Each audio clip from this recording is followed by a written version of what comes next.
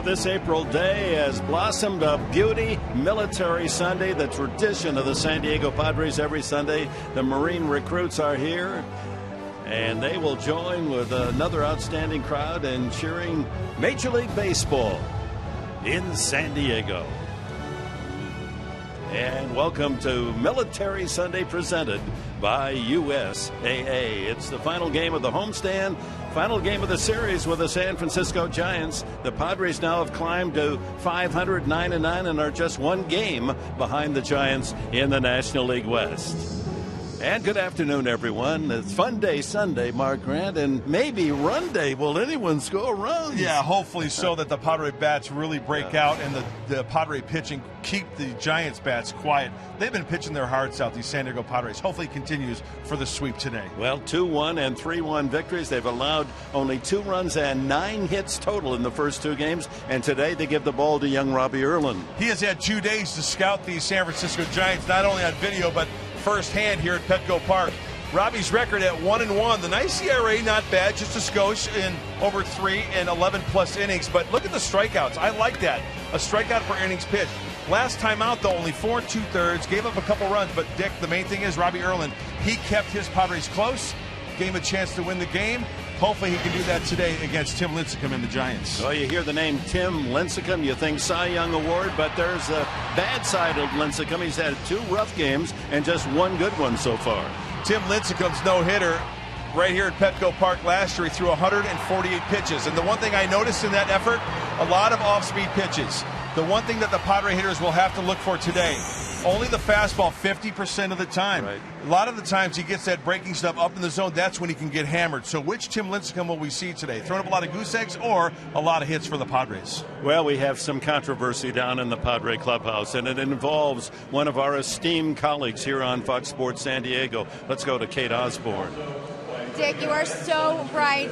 You know what? Today everyone was pretty excited about the win last night. However, one guy in particular was pretty upset with Mark Grant. It's pretty disrespectful, I thought. You know, I'm sitting there watching a game and trying to pay attention, and someone's drawing on my face. It's distracting, you know. And so I had to move. Thankfully, Rene Rivera was down there paying attention and alerted me to the fact, but I didn't appreciate it, no. It wasn't even just circles, I guess. It was even arrows pointing at your face. Yeah, it was. He got after it. I mean, it was an all-out assault, but I feel like we got the better of him. You know, it wasn't very good TV. You know, he's better than that. He's a pro. He's a veteran. So, obviously, I wasn't going to let it happen. I wasn't going to go down without a fight. And I dodged. I weaved. I feel like I did a good job. You did take the high road. Thank you for that. Way to stand out and be a leader. Yeah. Don't do that again. And that was your Geico quote of the game. I would say that was some pretty good banter. Mark, who are you going to upset today? You know what, Kate? That's the beauty of it. You got to be on your toes. You never know who I'm going to get.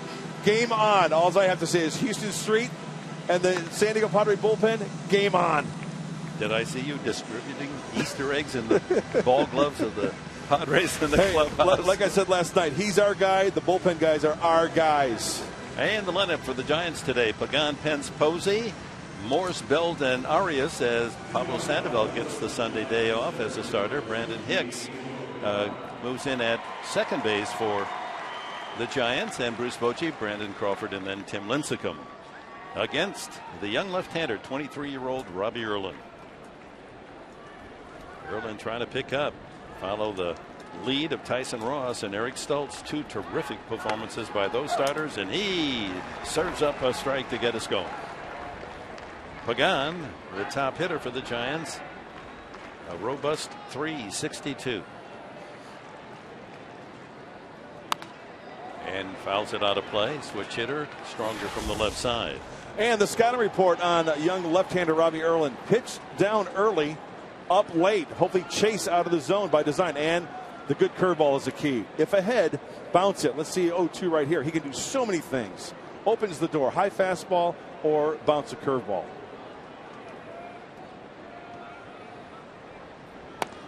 Curveball doesn't bounce, bends inside, 1-2.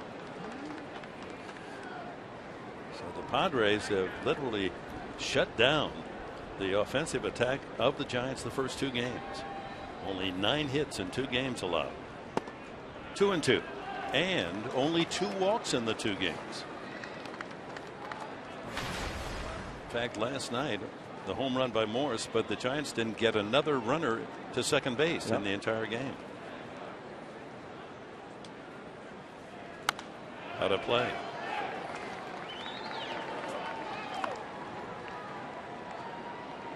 So this is where a pitcher has no control, right? 0-2, now 2-2, and some foul balls off the bat of Pagan. Robbie Erlin has to stick to his plan, his strength, how he's going to get Pagan out. Maybe a weak fly ball or a grounder. Padres have done well on Sundays, 3-0 on the young season. And they've also played well on Easter Sunday. Ooh, this is their tight pitch, 3-2. They're 4-1 in the last 5 games played on Easter. Pretty good pitch.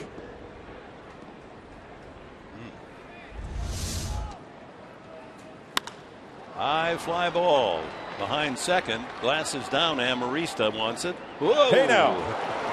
A little adventure on the opening play of the game. 1 away, and here's the Padres defense, brought to you by the Arumco Group. In the outfield, Seth Smith in left, Venable in center, and Xavier Nady will be in right field. Headley, Cabrera, Amarista, and Tommy Medica at first base as you go around the horn, and Nick Hundley behind the plate for Robbie Erlin. Hunter Pence. Ball 1.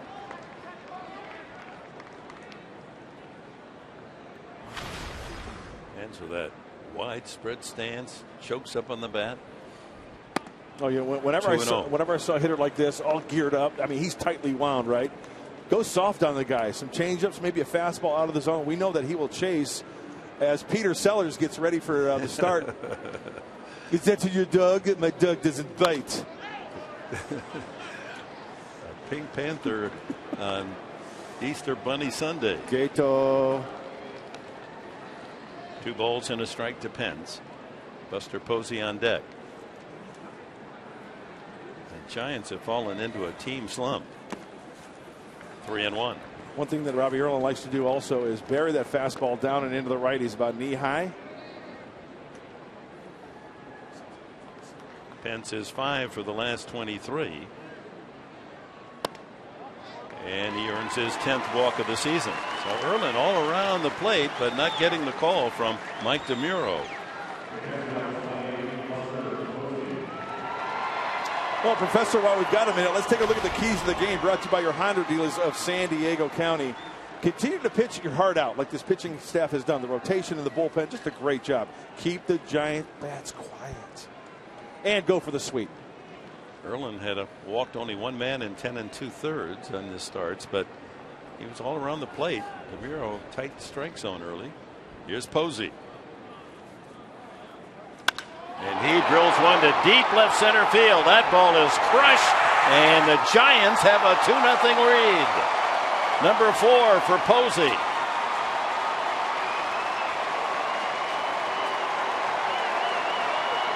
Well, you knew they were going to break out sooner or later. Posey especially was 1 for the last 24. 1 for 24. And he makes some amends there with a long home run. First pitch, 4-seam fastball from Robbie Erlin. Boy, and he goes down and gets it. Look at how close Buster Posey is standing to the plate. In relation to when his foot is down to that chalk line, you talk about coverage, getting that fat part of the bat on the outside part of the plate. Oh, he did it right there on the first pitch. So the walk to Pence, and he comes around to score on Posey's long homer. Here's Mike Morse. Morris accounted for the only run scored by the Giants last night with a home run. In fact, to this point, the Giants 4 runs in the series, all on home runs. Brandon Belt hit a solo on Friday night. Changeup. 2-0 to Morse. He's 4 for the last 24.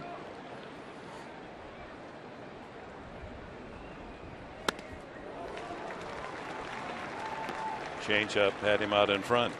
Well, Buster Posey, great play coverage. Watch his front foot right here as he strides. Leg kick, look at that foot is nearly on the chalk line, and then therefore look at where he hits the ball. Outside part of the plate gets extended. Great plate coverage on that outer part of the plate on the four-seam fastball. First pitch, Hacken. Posey now with 4 home runs. The leader, Brandon Belt, for the Giants with a half dozen.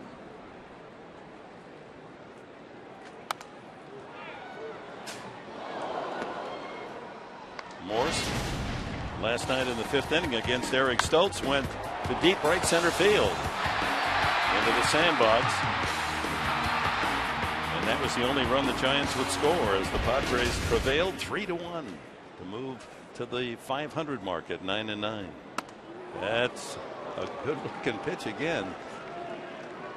And the count goes 3-2. Well, he's just not getting the borderline calls at all. Yeah, and you know, that's the high strike. I can understand more of a high strike not being called than the low strikes. I mean, the low strikes, that's where a pitcher learns to throw. That's where you make your living. Struck him out anyway. 2 away here in the first inning. And that'll bring up Brandon Belt.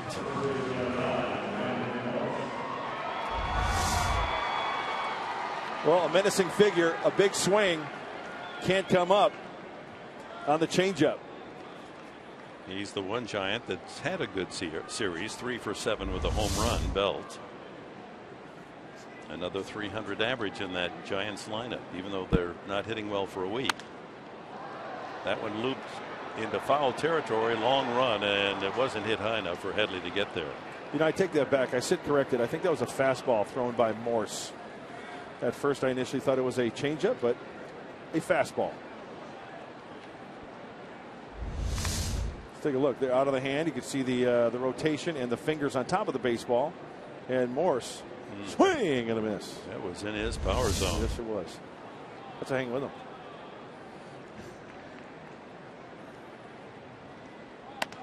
Breaking ball doesn't snap into the strike zone. Well, it's been a wonderful 10 consecutive games here at home. Detroit, Colorado, Giants. Swing and a miss at the breaking pitch. 2 out of 3 from the Tigers. They split the 4 games with Colorado. Could easily have won all 4 of those games and have taken the 2 thus far from San Francisco. In the process, 9 games, they've allowed only 19 earned runs, and then the 2-run homer today. Up the middle, self-defense. He cradles that one and goes to first baseman Medica for the out. Well hit. Well, the Padres start from behind today. Cabrera, Venable, and Smith.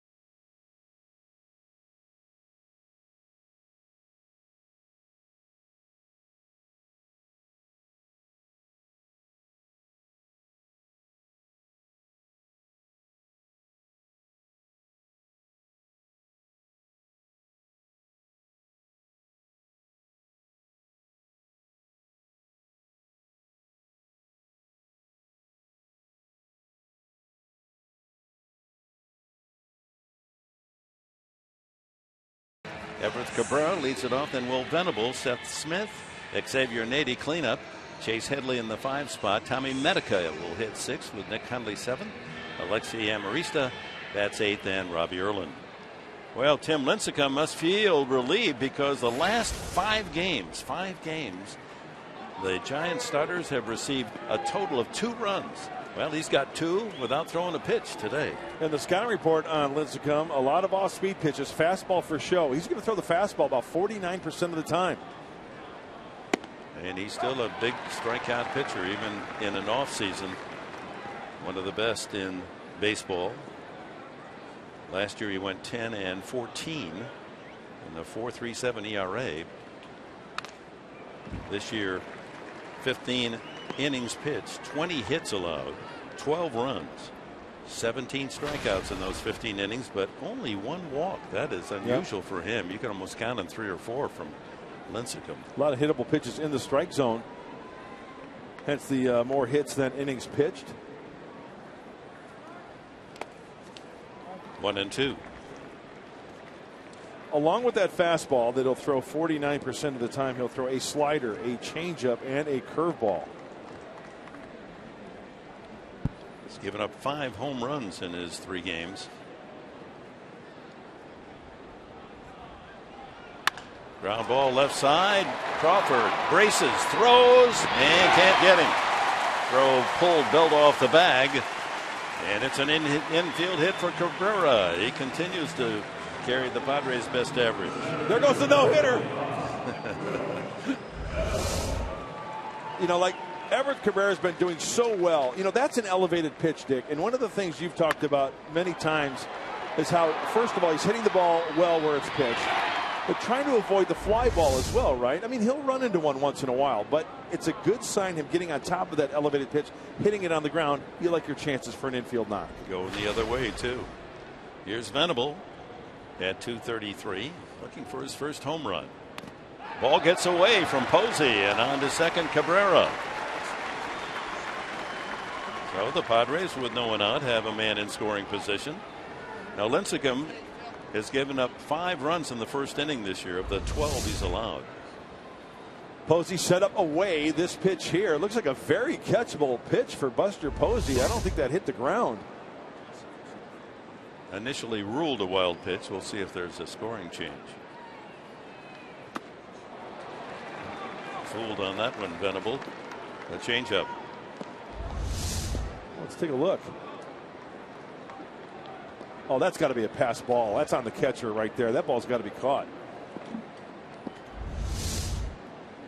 Couldn't agree more.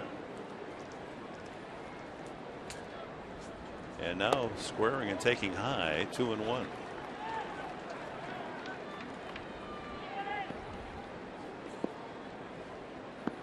Got to keep an eye also today on Tim Lincecum, the control of the off-speed pitches. Will he be able to throw those for strikes?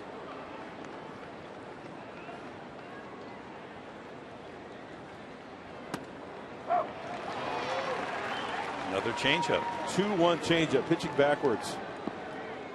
Fastball count, throws an off-speed pitch. That's what pitching backwards is all about. Venable situational hitting now. Try to get that man at least to third with 1 out.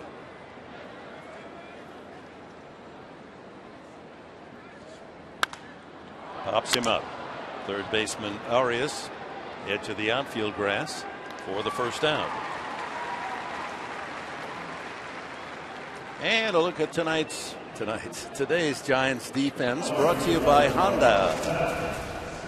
It's Morris at left, Pagan in center, Pence in right, Arias, Crawford, Hicks, and Belt on the infield. Posey at catcher position for Lincecum. So unable to get his man over to third, Venable pops out, and here's Seth Smith. 2 for 3 last night. Smith, as was Venable, had a couple of hits last night, a single and a double. Padres waiting to break out. Pitching has been so outstanding. A little more run support would be a wonderful salve for the wounds of the manager. Struggling with every pitch. With the man at second, they don't use the shift on Seth Smith. Well, Dick got to the park early today. As you take a look at the shift there, playing the pole big time on the right side there with Crawford over near second base. No BP on the field. But I tell you what, it was a line you had to take a number for guys trying to hit in the cage. Getting their work in early today, trying to hone those skills and go to hacking today against Lincecum. Smith with good success against Lincecum. 3 home runs, 10 for 35. 1-1. Well, he came out of the University of Washington as a first-round pick, 10th overall. Won back-to-back Cy Youngs, 2008, 2009, 4 times an All-Star. Now 29. There's that sharp curveball. Nice layoff by Seth Smith. He bounces more breaking balls than any of the Giants pitchers, earning that pitch the nickname Scuds. He throws a lot of scuds. Yeah. Cabrera at second. That's the big ragu, Dave Righetti, the pitching coach for the Giants. A little low. And Smith has the count in his favor, 3-1. Xavier Nady on deck. Need to get one of those runs back here in the bottom of the first.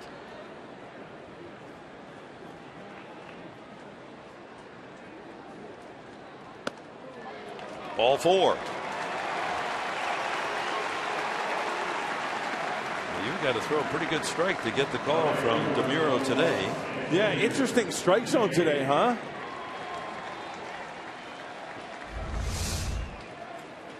Looks like a 2-seam fastball. Looked like a pretty good pitch, not getting the call. So Lincecum, who had walked only one man in 17 innings, 15 innings rather, walks his. Where's that pitch at? That looked like a pretty good pitch, Mark. What are we going to do about that strike zone today?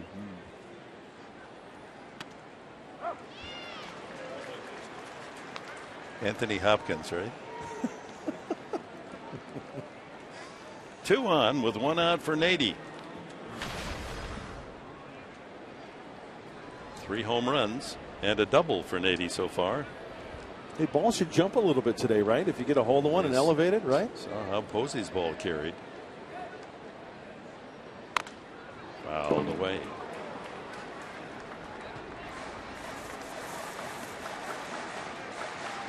Well, I know it's first and second here for the Padres and 1 out, but one thing that you can't do against Lincecum, and that's run on them. He allowed 21 of 23 stolen base attempts last year. That's 91%. So that might come into play this afternoon against the right-hander. 2 strikes on Nady. Cabrera at second. Smith the tying run at first here in the first, and time called Posey out to talk with Lincecum. Well, after the game tonight, the Padres will hop on their charter flight to Milwaukee and open a 3-game series there tomorrow night against the Brewers. The best record in all of baseball, Milwaukee. 13 wins, 5 losses. Tomorrow night, Andrew Kashner against Willie Peralta. Peralta's 2-0 for the Brewers. 4:30 here on Fox Sports San Diego. All 3 games in Milwaukee. We'll start at 4:30 here on television. Nady settles back in. Runners take their lead. Ooh, whoa, hey now. There's a scud. Yeah. Good stop by Posey. Yeah, nothing like a 54-footer on the slider from Lincecum. Out of the hand slider. Buster Posey recognizes it. He came up on that. He got lucky on that one. Did you see him come up? That could have went right through the wickets. You're right.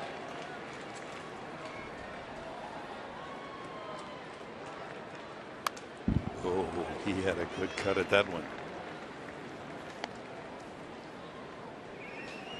On deck is Chase Headley.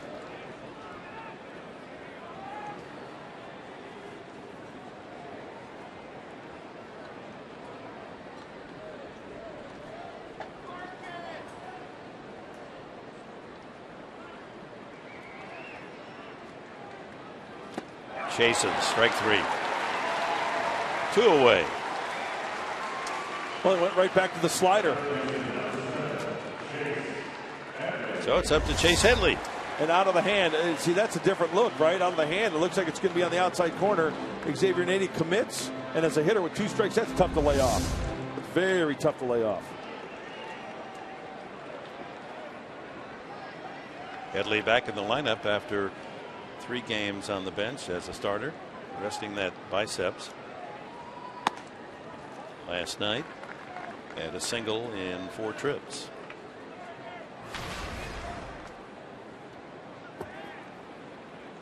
Padres eager for Chase to get started.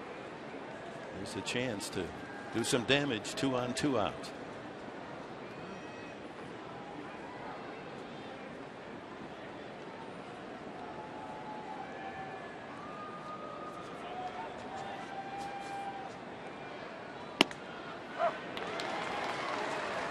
Slider catches the outside edge. 1-1. No, Tim Lincecum goes from the extreme first base side of the rubber. And remember, your foot just has to be in contact with the pitcher's plate.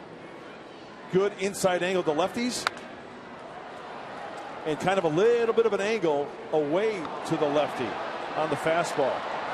But he's coming right at that front hip pocket of Chase Headley.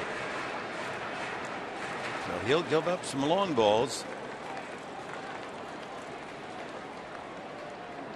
Headley's taken him deep 4 times, Smith 3 times.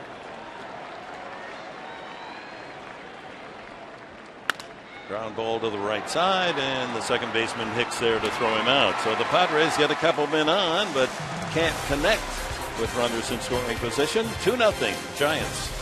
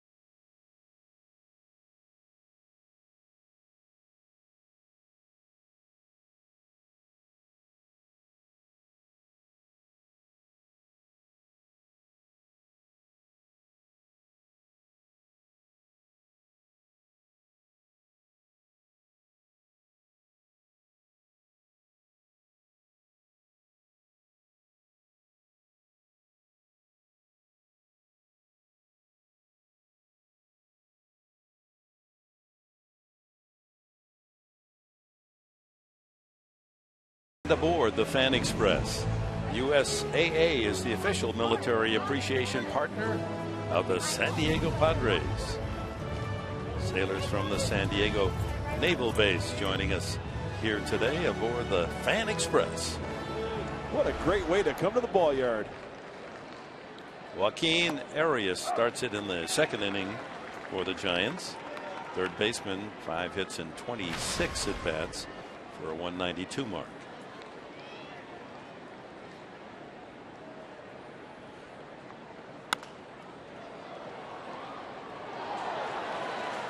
Robbie Erlin jumps in front, 2 strikes. Nice catch by that man right there. Front row on the Toyota Terrace. Coming in hot.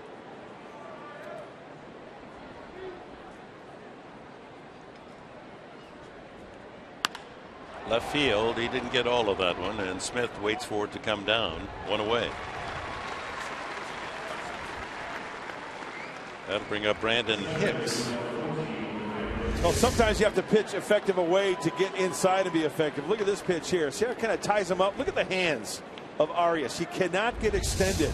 He got it elevated, but he didn't get extended for the nice easy fly ball to Seth Smith out in left field. It's a good pitch by Robbie Erlin. Brandon Hicks, a career minor leaguer. He's 28. Minor league contract signed with the Giants in the offseason. Played his college ball at Texas A&M. Aggies. 90 at bats in the big leagues, hitting just 133. But he's 7 for 28 with the Giants this spring. Has a home run. Brandon Crawford to follow here in the top of the second. That spins in there. 74-mile-an-hour curveball. Well, that was the curveball, and he throws that the fewest times at 12.3%. The fastball at 61, the slider at 14, actually 13. Now you round it up. I learned that in math. And then line left field foul. That corner of the left field seats gets a lot of action. Nice catch. See right here, slider 13.9. You have to round that up to 14% because of the 9. Thank you. And then the 12.8 is actually rounded 13% because you have to round it up. But you don't round the curveball, but you throw it and you hope it goes around. Correct. See, folks, and it's all free. You learn all these things. So stay with us. See what a high school education can get you. It gets worse. Fooled was Hicks on that one, but it's inside. 3-2. What a great view from behind home plate, huh? What a beautiful picture. Downtown San Diego. Really brought alive by the building of this Petco Park. Another foul. The Giants hoping to do better against left-handed pitching this year. Last year they were 24-31 against lefties. That accounts for the acquisition of Mike Morse. And Hicks would fall into that category. It's a minor acquisition. And ball 4. So Erlin's so reliable with his control. Walks few. Has walked 2 in the first 2 innings. The first one cost him.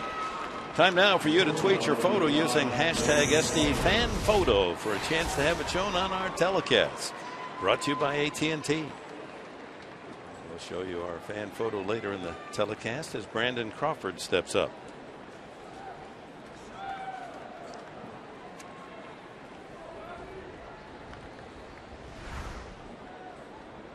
Erlin had walked only 1 man in his first 11+ innings. He walked Pence, and Posey made him pay with a home run.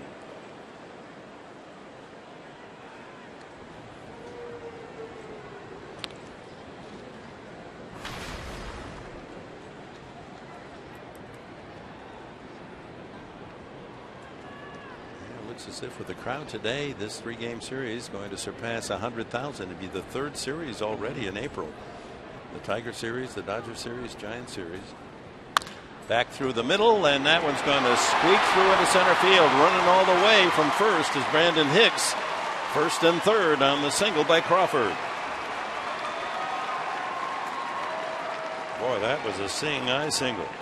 Most certainly was. Boy, just putting the ball in play. Crawford playing a nice game of pepper on the 4-seam fastball. You know, up into that pitch and the Buster Posey pitch, which was elevated, Robbie Erlin, when he's missing down with the fastball, it's down around the knees or lower, not getting those calls.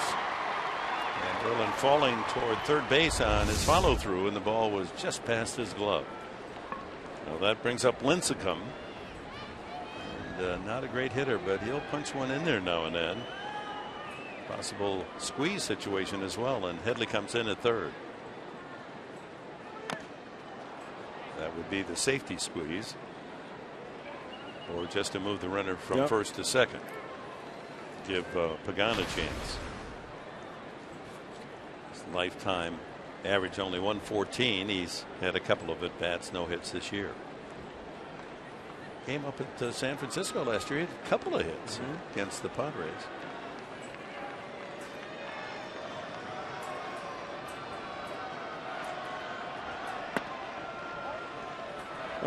Brandon Hicks at 3rd base getting some instruction from Tim Flannery, the 3rd base coach for the Giants.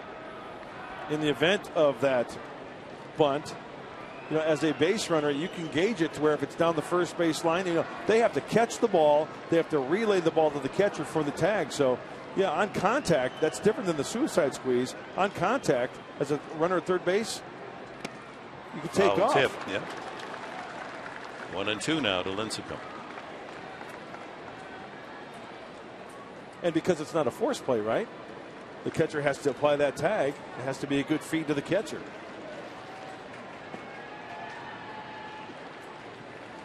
Hicks at third, Crawford at first with 1 out.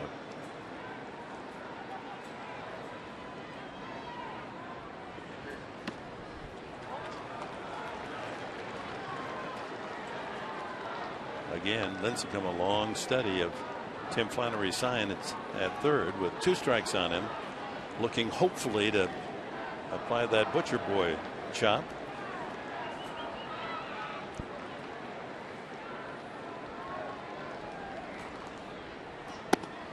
And takes outside. Erlin falls to 3-2 against Lincecum. Yeah, early on, not the best location, not the best command with the 4-seam fastball for Robbie Erlin.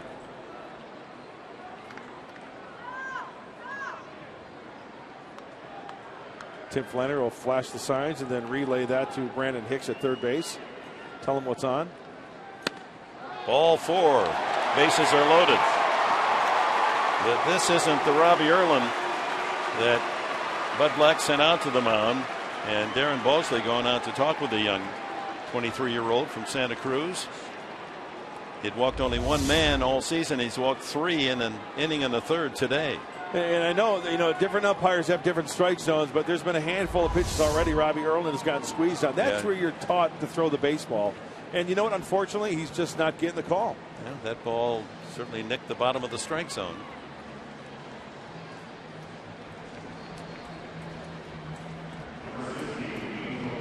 But walk to Hicks with 1 out. Crawford a seeing-eye single, and Lincecum a walk to load him up. And now to the top of the order, Pagan and Pence.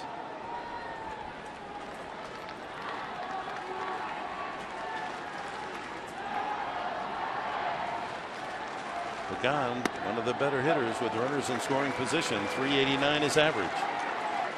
7 for 18 this year.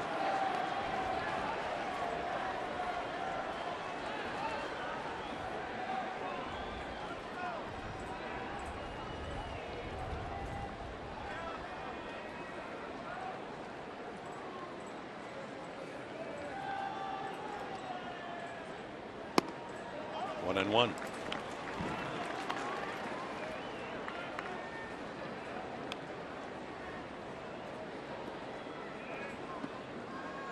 Hicks, Crawford, Lincecum aboard.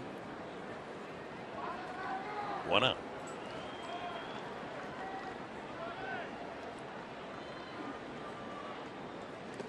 Bounces that. 2-1.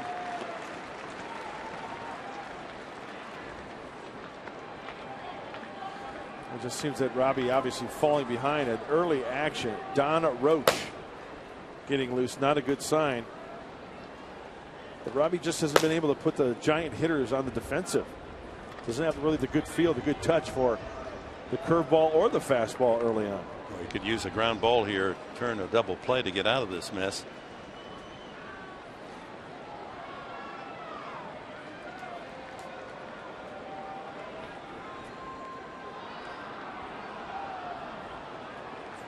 .45 pitches already. Yeah.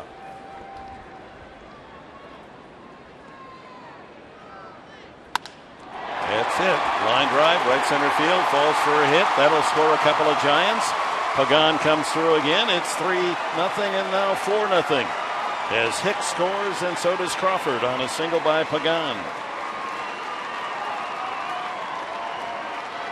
Well, you knew the Giants' order was going to break out sooner or later. They've been ice cold the last 5 games, scoring only 2 runs. They've got 4 already today. Well, falling behind 2-1, and then the pitch prior to that was the curveball, right? Well, Robbie Erlin's going to try to throw a quality fastball. He just didn't hit his spot, and Pagan did a nice job and just sent up the center of the diamond. That's what happens when you fall behind and can't locate the fastball. So 2 of the 3 men put aboard on walks have come around to score. And back to Pence, who walked and scored in the first inning ahead of Posey's home run. First and second.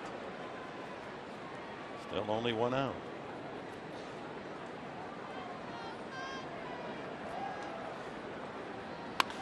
Pops him up on the infield. That's the infield fly rule. And Headley makes the catch.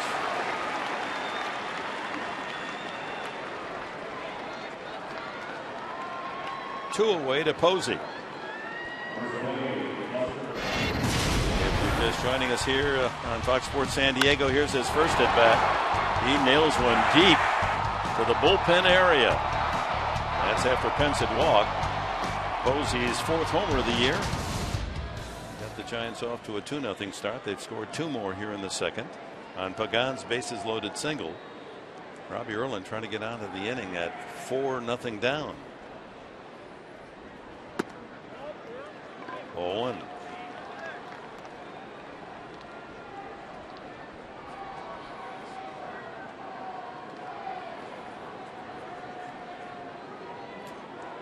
Lincecum still out on the bases at second. Ball two. An umpire with a tight strike zone. It's kind of like a basketball official that calls a couple of ticky-tack fouls, right, and all of a sudden you change your whole game. You can't play the way you normally do. You're afraid to touch somebody. Well, the ratio, balls and strikes almost even. Big rip. 2-1.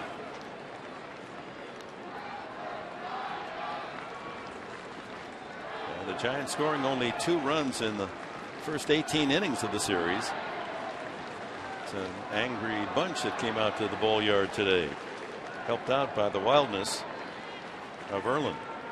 4 runs on 3 hits. Broken bat looper in the center field, a long run, and Venable able to get there. That ball really carried well for a broken bat swing. 2 runs on 2 hits and 2 walks. It's 4-0 Giants.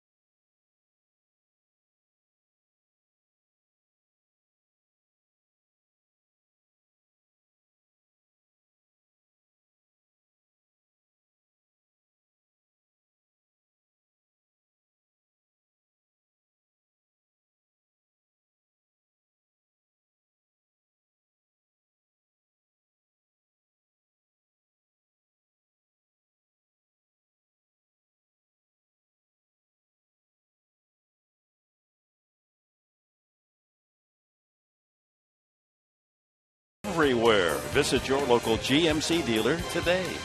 By Mercury Insurance. Mercury Insurance is giving away Padre tickets. Learn more at mercuryinsurance.com/Padres. And by Southwest Airlines. Find Southwest Airlines fares online only at southwest.com. So 10 Lincecum stake to a 4-0 lead early as we go to the bottom of the second inning. Tommy Medica, Nick Hundley, and Alexi Amarista scheduled for the Padres on our Sunday Military Day this Easter Sunday. Padres unbeaten on the first 3 Sundays. And trying to complete a homestand that is 6-3 at the moment, 7-3. Now you'll take that every time. Giants, on the other hand, trying to salvage the final game of the series. Medica takes a strike.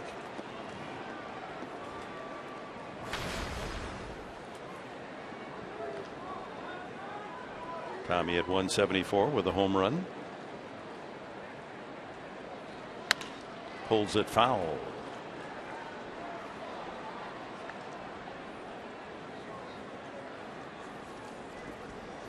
Well, this is where the Padres, and they've shown it, this homestand, a key walk here, maybe an extra base hit there, try to inch back, try to get 1 or 2 maybe, put a little pressure on Lincecum, get him into the stretch with runners on base. You can almost guess here it's going to be something off speed off the plate. And he throws up that scud. Medica didn't bite. 1-2.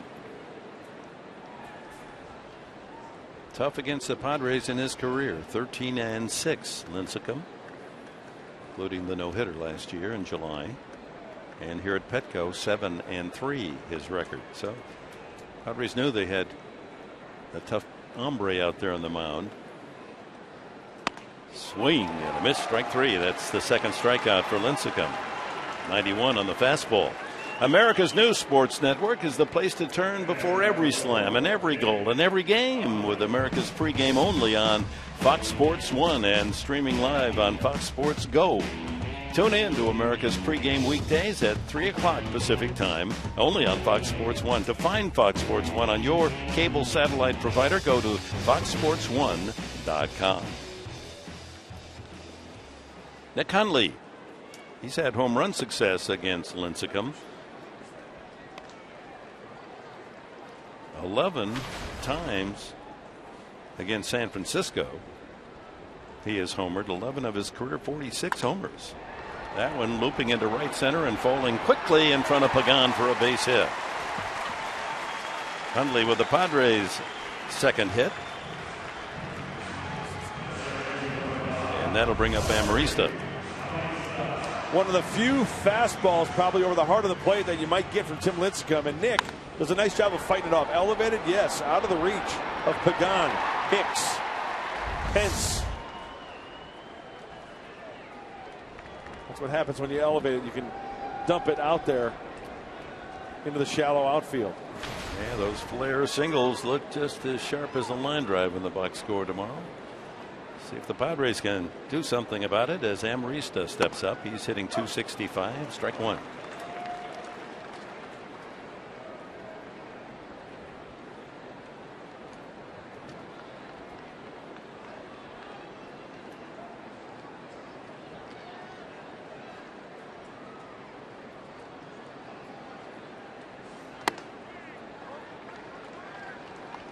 High with the fastball at 91. Now, when Lincecum was winning Cy Young awards in 2008, 2009, that fastball was 95, wasn't it? You know, we ran across a few pitchers. Remember Tim Hudson? Last night we talked about how the velocity. Ground ball. Nice stop by Hicks to Crawford. Back to first, a double play. Oh, that was nicely turned. 4-6-3 by the Giants infield, and that's it for the Padres in the second. Nice job by Hicks. Look at how quickly he fields and throws. And then turned by Crawford at second. We go to the third, 4-0 Giants.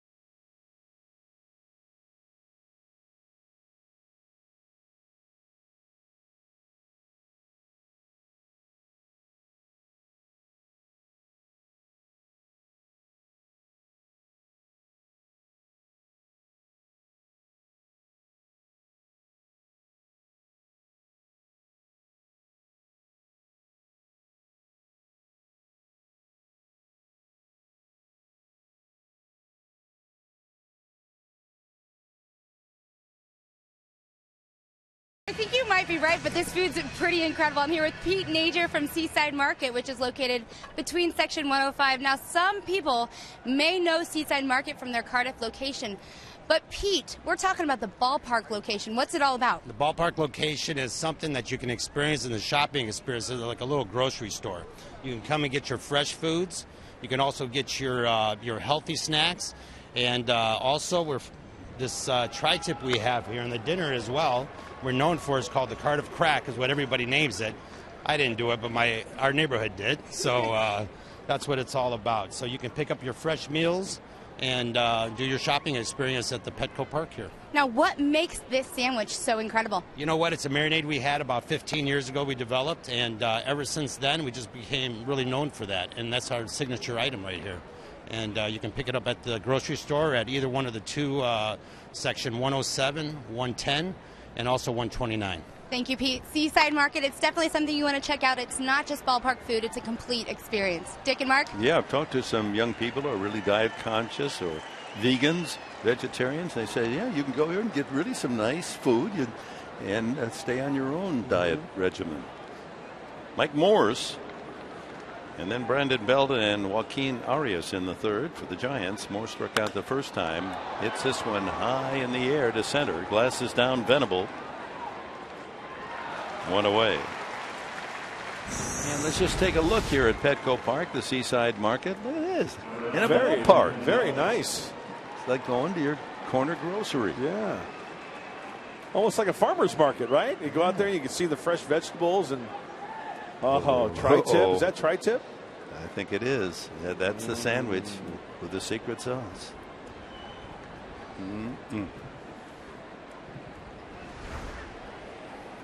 Brandon Belt. Looper caught by Cabrera.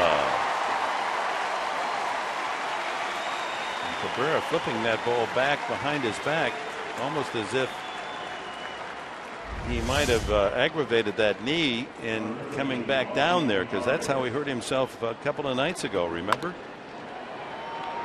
Leaping.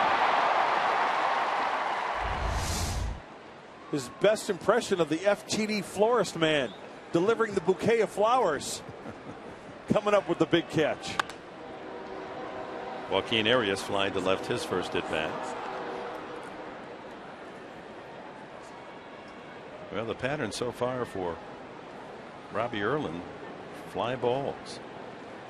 One of them a home run.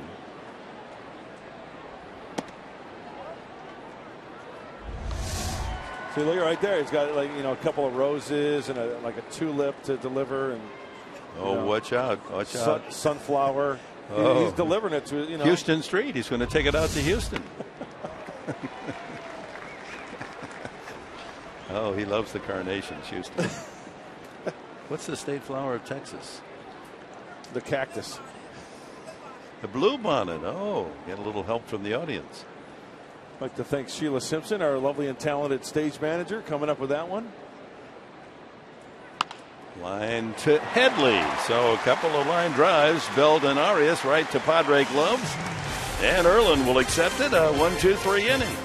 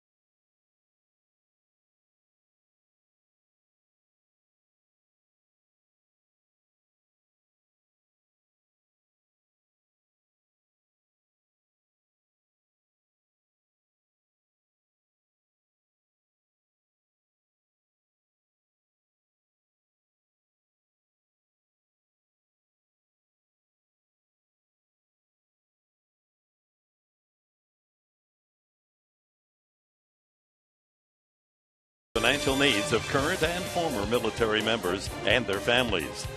By Jack in the Box. Head to Jack in the Box and try the new Jack's Blazing Chicken Sandwich. And by your San Diego Lexus dealer. The Padres trailing 4-0. Robbie Erlin leads off this third with Cabrera and Venable to follow. Erlin 0 for 1 and 1 for 17 in his brief major league career with the bat.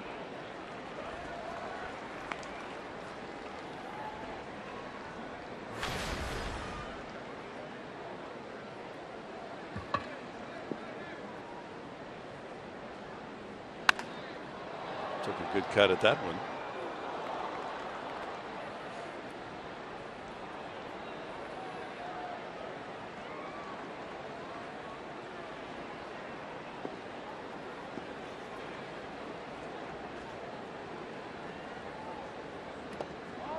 Did he go? No appeal. 1-2. It is a pattern, isn't it? Lincecum. He gets ahead of the count. Yeah. You know you're going to get that ball in the dirt. Absolutely. I will bet you that he won't throw a fastball anywhere near the plate with 2 strikes. He's not going to try to challenge it right down the center of the plate. Good layoff on that slider. Yeah. Outside. 2-2. They can throw pitches. He only went 5 innings his last start, and that was his best. Allowed only 1 run against the Dodgers. And a foul.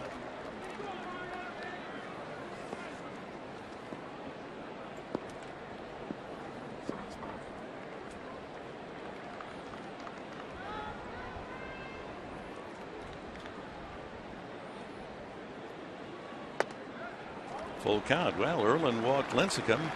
Turnabout's fair play. His 40th pitch coming up for Lincecum here, and he's just started the 3rd inning.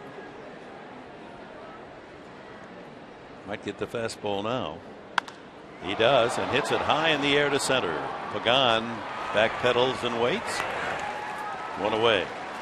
Well, folks, why don't you come out to Petco when the Padres come back from the road trip? 2 weekends from now, the Arizona Diamondbacks. Saturday, May 3rd, a 5:40 game. All fans will receive a free Padres beach blanket, a very popular item through the years, presented by Jerome's Furniture, supported by 101 KGB. Get your tickets at Padres.com. Well, that's good size, soft Pay quality. no attention to that man behind the curtain. You know, remember I showed you how to fold up. Yes, Wizard. I showed you how to fold up shirts. You know how to fold up towels? That's how you fold them up. Into the laundry. That's right. Hey, that's really a good quality. That's a good quality item, by the way. Good size. That's not next Saturday. Padres will be in Washington, but 2 weeks. Saturday, May 3rd. Always great items. That's a Saturday night, baseball night in San Diego against Arizona. They're playing the Dodgers today. Ground ball by Cabrera at Hicks for the 2nd out. I remember folding towels in spring training. I'd be in spring training and my family would be out there, right? My wife, and so I got all the time in the world on my hands, right? So I would stick around with the clubhouse guys after and go to the laundry room and just, shoot the breeze with them and fold towels and go put uniforms in lockers and just help them out a little bit. It's fun hanging with the guys. Those guys bust their tails down there. They sure do. Venable popped up the first time. That'd be a terrific feature for Kate Osborne's half-hour show. POV. I really enjoyed the interview with the chap that caught the first home run hit at Petco, Mark Loretta. That was a nice item. Anyway, to go down in the laundry room, how in the world these sparkling white uniforms, they get full of dirt and grass, and then the next day they come out and they're all, shining white again. How do they do that? Bet you there's a lot of moms and dads out there thinking, how come my son's Little League uniform pants can't get that white? Yeah. Well, Brian Perlman, Tony Patrica, Spencer Dolan, James Bigler, Tree, all working hard down there. Yeah, they do. 3-1 now to Venable. Getting those stains out. I asked Spencer Dallin about that, and he said it's actually, we do have a secret formula. I said, come on, you could share that. We have a nice feature. Ground ball left side and through for a base hit for Venable. Well, they played him to pull there. He beats the shift. Brandon Crawford playing over towards second base, taking away that single up the middle. And hey, there's a fastball that's up out of the zone. I think Tim Lincecum maybe wanted to go a little higher, and he beats it. A 2-out single for Venable, the Padres' third hit.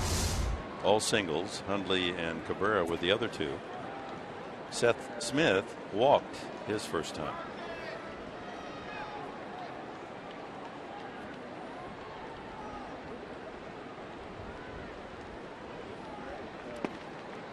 Skips that one in, and nice stop by Posey. Well, even though the Padres trail by 4, it's early enough in the game that Venable still is a threat to steal.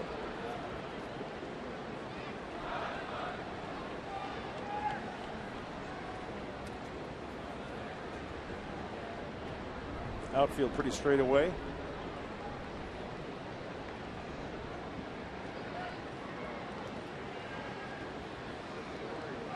Runner goes, ground ball through into right field. Venable keeps right on going to third on a single by Smith. So the Padres have a chance here to cut in to that 4-0 lead.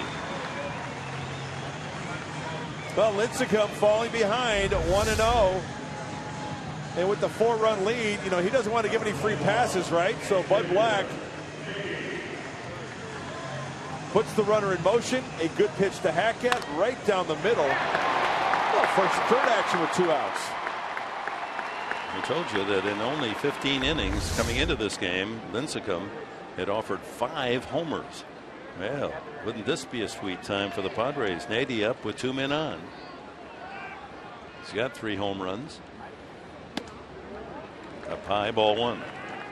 Starts him with a fastball out of the zone.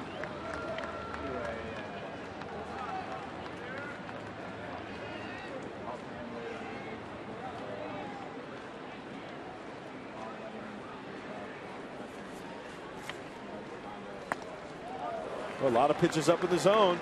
2-0.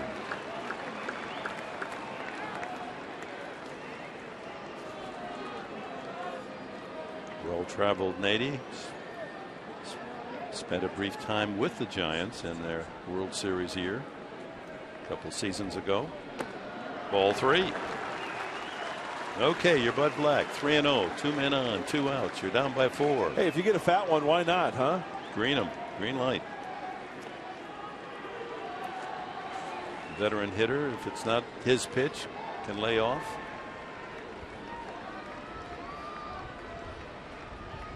High, a 4-pitch walk. The bases are loaded. The tying run comes to the plate here in the third. Chase Headley. He just takes one mistake, Dick, right? Posey out to have a chat with Lincecum. Now the pressure's on number 55. Padre over every pillow now. With 2 outs, a Venable single. Smith a base hit to right. Venable to third. Now Nady walks to load him up. And the next pitch from Lincecum will match his number. Hey, and the workload is going up too. Big first inning, quick second inning. Here in the third. They got him working.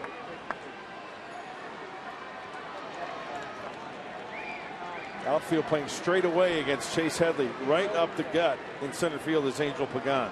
Second baseman Hicks out on the outfield grass, very deep at second. And ball 1. And the 55th pitch. Yep. For Lincecum, and he's not yet out of this third, and the Padres want to keep it going. A couple of jackets coming off in that Giants bullpen as ball 1 is tossed to Chase Headley. Headley has 4 homers in his career against Lincecum. 12 for 44 overall, 4 of them home runs.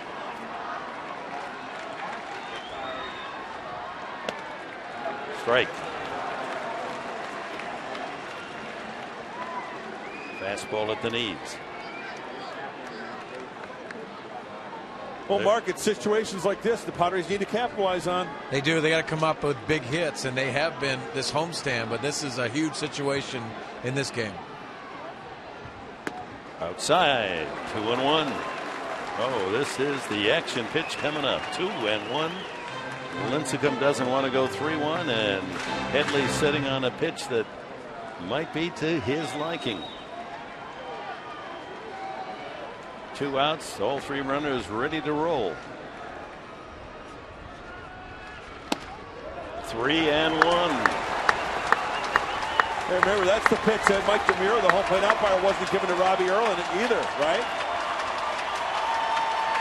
Now the fans trying to encourage Headley to tie into one.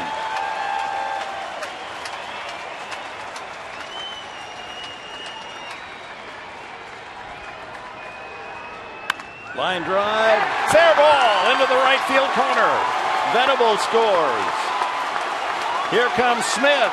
They're waving home Nady, and he is in there. And on to third goes Headley. It's 4-3.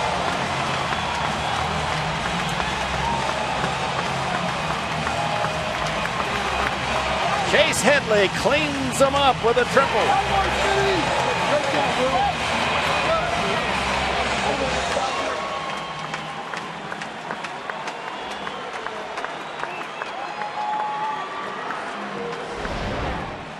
Well, let's go back to the first pitch. All the pressure's on Lincecum. Ball 1 on the breaky ball. He paints with the fastball, 1-1. Missing away, Chase Headley being very, very patient, waiting for his pitch. He gets a pitch inside corner, pulls it fair. That's some good hitting right there by Chase Headley. Everybody's off and running with 2 outs. I believe Bruce Bochy is going to challenge the play at the plate, wants it to be replayed because the umpire is leaving the field. We'll see whether or not the replay officials back in New York will determine if it's a Padre run or the final out of the inning. It's a big call. Well, look at the positioning of Mike DeMuro. He's behind, right? He kind of gets screened. He may have gotten him on the back number, but see where Mike DeMuro is? See, he's kind of screened. He can't really see if he gets the tag on the back or not, right? And by the time he tags him, see what I'm saying? Is Smith, or Nady rather, over home plate? Yeah, he got him in the back, but when did he get him? Where was Nady's feet when he makes the tag? This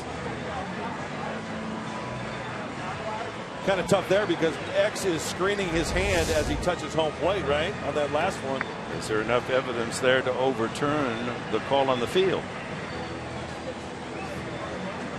And obviously they're studying all the replays back in New York. It's not an easy call. If it stands, it's 4-3, and the Padres will have the tying run at third for Tommy Medica. If they overturn it, and they do. So the challenge works for Bruce Bochy. The gamble in sending Nady, and he just is tagged out. And instead of 4-3, it's 4-2, but the Padres have cut that deficit in half. And that brings a lot of encouragement to this big crowd at Petco Park.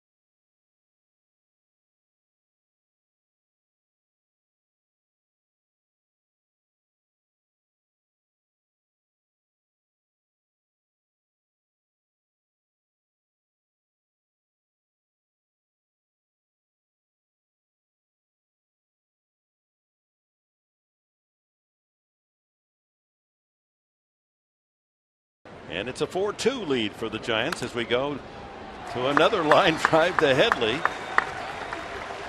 Brandon Hicks. Headley has made a couple of catches of balls, not really scorched, but hit well enough to be base hits. So one out to Brandon Crawford. He singled in the second inning. Boy, going back to that Padre half of the inning, nice at bat by Chase Headley. Just his body language as well. Just his body language, Mark Sweeney, told me that, all the pressure was on Lincecum. He was calm, he was cool. He got his pitch, and he took a hack at it. Mark, I think it has a lot to do with this, the comfort level and getting a base of at-bats against a certain pitcher. And earlier in his career, it was a different Lincecum with a plus fastball, a lot of velocity, but you could see that comfort level, like you talked about, by Chase Headley, especially in the batter's box. That was good to see. Yeah, he needed that, and the Padres needed that as well. And to get 2 runs after 2 were out. That's going to be a tough play. Chopped off home plate. Who's covering? Erlin gets there in time. Just ahead of Brandon Crawford. Boy, you could see Erlin put it into high gear to angle over to first base. And he had to hurry. Yeah, the practice field's over in Peoria. Hey, field 2, pitchers, PFPs, pitchers fielding practice. And Robbie Erlin is great. The nice feed. Catch the ball, find the bag, peel off into fair territory so you don't get run up the back end there. That's 7 in a row retired by Erlin since the bases loaded single by Pagan that made it 4-0 in the second. There's a strike. And if I'm pitching right now, I'm Lincecum rather. I'm taking the 2 strikes. It's been a quick inning so far. 2 quick outs. Weak wave there. 0-2. Boy, how sweet would this be, Robbie Erlin? Very quick inning here to get right back in that dugout and create that momentum again. If you're scoring a double for Headley, 2-run double. He knocks in his 5th and 6th runs of the season. 1-2.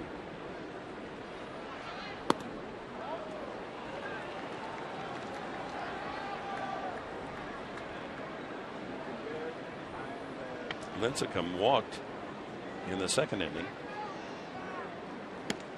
Not this time. He takes strike 3. Second strikeout for Robbie Erlin. He retires the side in order. Nick Hundley will follow Tommy Medica, then Alexi Amarista for the Padres in the 4th.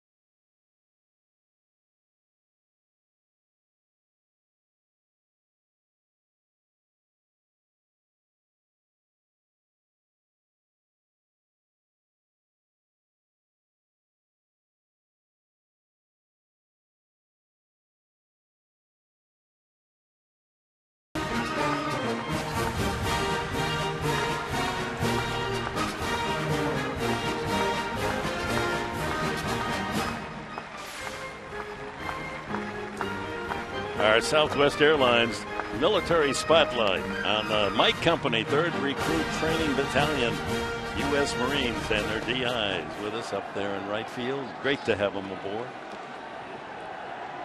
They're having a good time. Well, the Padres from 4-0 down carve into the lead 4-2. Now it's Medica, Hundley, and Amarista against Tim Lincecum. Already over the 60 pitch mark. Medica struck out swinging the first time.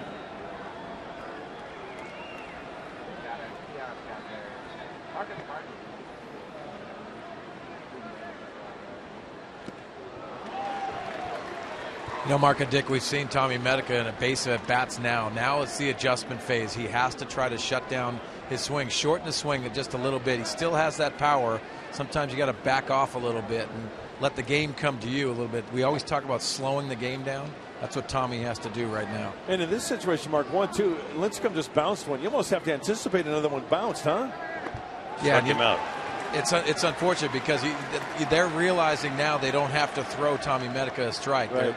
That appearance of a strike and getting out of the zone. And as you know as a pitcher, if you have that in your back pocket, that's something they're going to exploit up at this level. Now, he's got a big swing, Mark Sweeney, and how do you cut that down and still be yourself and have the power? Yeah, Dick, you don't want to take the aggressiveness away because that's what Tommy Medica is here for. That's the reason why he's here. But you have to make some adjustments. Try to slow it down and try to use the big part of the field. Use those doubles and shoot the gaps rather than trying to hit the home runs. Nick Hundley wedged a single into right center field his first time. And if Lincecum, guys, he gets the feel for that curveball, and that's what makes him so effective. Curveball, strike one here to Nick Hundley. He can get nasty. Strike two. Yeah, Mark, as you know, the MO for Tim Lincecum, strike one and then try to get out of the strike zone, see if he can get those hitters out of the strike zone. He's going to be very successful if that happens all day. He is such a different pitcher if he gets strike one, like a lot of other pitchers.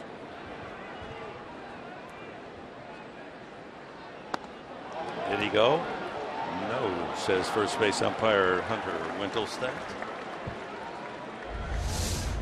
I can tell you right now he went. Yeah. Oh, Professor. Yeah, I guess. I mean, looking at it objectively, I know he's our guy, right, Nick Hundley, but I think he went on that. I think the umpires are more liberal this year. It doesn't matter. Down he goes swinging. A couple of strikeouts. Medica and Hundley victimized by Tim Lincecum here in the fourth. And time now for our Sequan Casino Vacation stat of the game. How about this? Since 2008, Lincecum more strikeouts than anyone in baseball. Well, tied with Justin Verlander. Isn't that something? Wow. They're tied? Yeah. 1,377 strikeouts apiece. Felix Hernandez, Sabathia, Cliff Lee on the list. Amarista runs up and takes ball one. Bounced into a 4-6-3 double play the first time.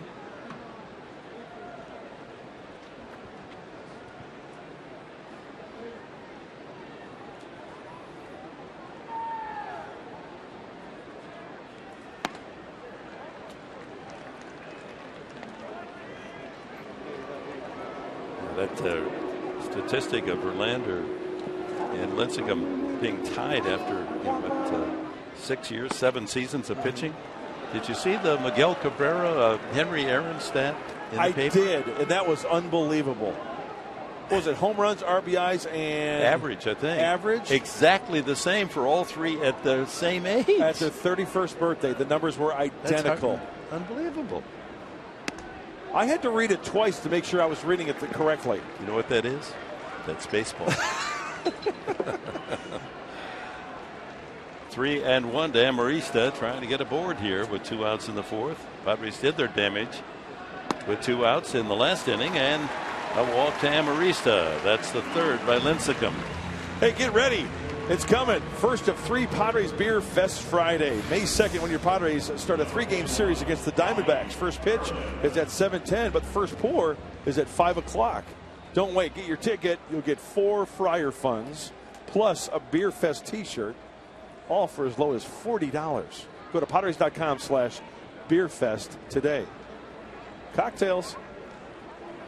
Erlin checks a swing. Strike one. Well, after the Padres are on the road for 10, to Milwaukee 3, Washington 4, and San Francisco 3, they come home on Friday, May the 2nd. It's Arizona 3, Kansas City 3, and Miami for 4. Bouncer up the middle. Crawford will flip to second to Hicks, and Erlin is out. 4 in the books. 4-2 the score.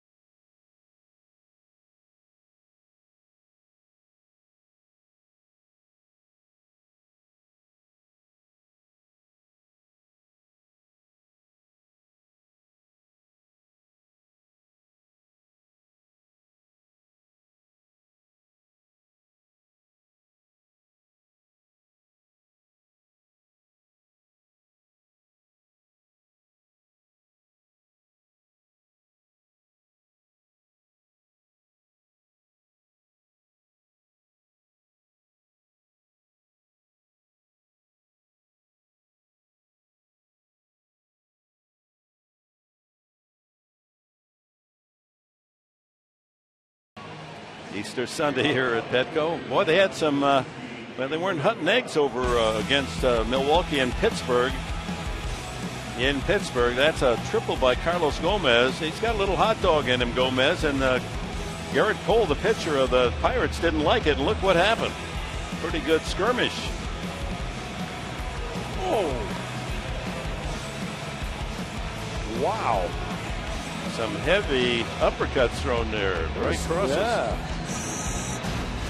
Gomez was tossed, and I'm sure others were as well, which could have impact on the Padres' trip to Milwaukee. What if Gomez is suspended by the league? He's a top player.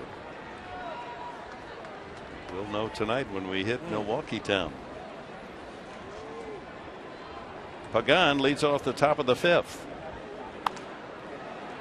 His 2-run single with the bases loaded in the 2nd, the difference in the game.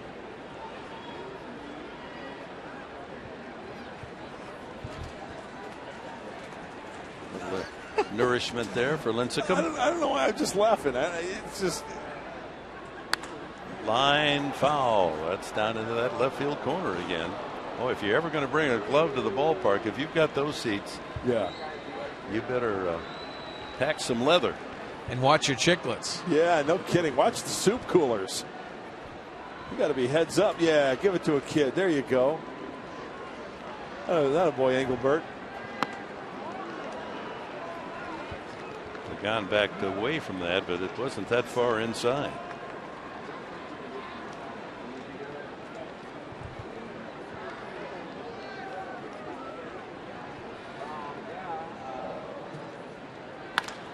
Shortstop Cabrera has to backhand it and throws him out.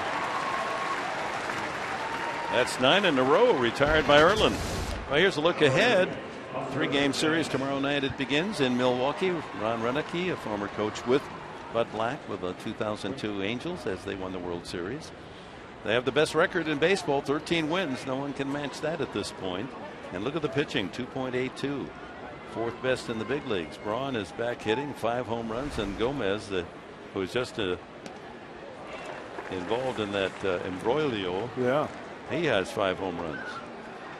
Yeah, and as a club collectively, the Brewers are hitting at a .261 clip. That's 3rd in the National League. Hunter Pence, 2 strikes on him. He's walked and scored. Scored when Posey homered in the 1st inning with him aboard and fouled out. Well, Robbie Erlin in the first pitch strike category, 17 for 20. And yet he is uncharacteristically walked 3 men, and 2 of them have come around to score. That's why I think that stat's a little overrated, quite frankly. What, first pitch strikes? What does Mark Sweeney think? Overrated.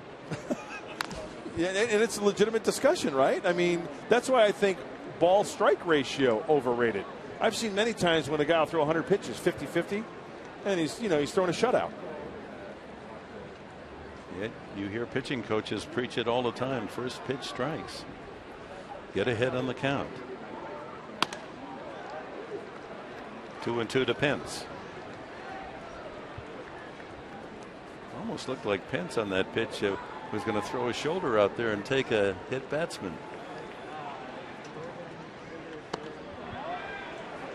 3-2. You know, Mark, on that same subject, if you think about it, the hitter's perspective is try to be aggressive early in the count on a strike.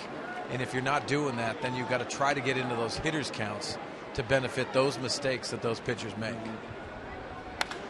Line to left field, charging is Smith, and he makes the catch.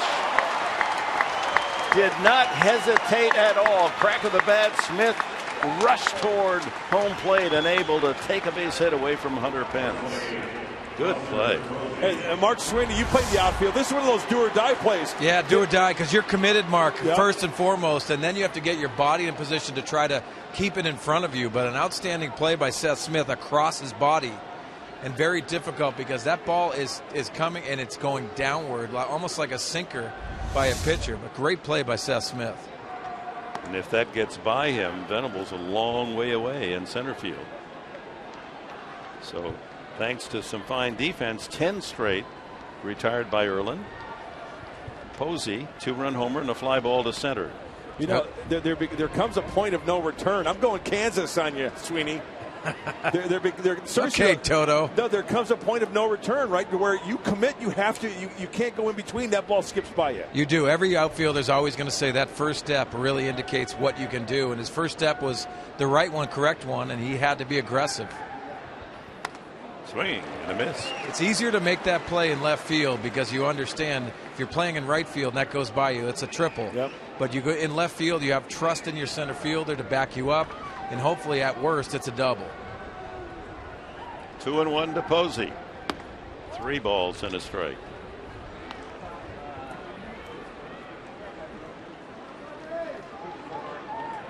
Able to be selected here, Posey.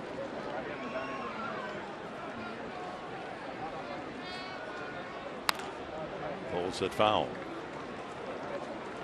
There's a changeup, Dick. I was just going to mention, really haven't seen a lot of changeups this afternoon from Robbie Erlin. At 3-1 fastball count, that's the perfect situation to try to throw it.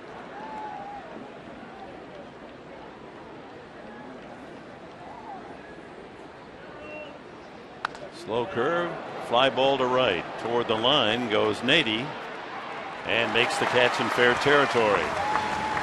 Oh, 3 consecutive innings, 3 up, 3 down, 11 in a row retired by Erlin.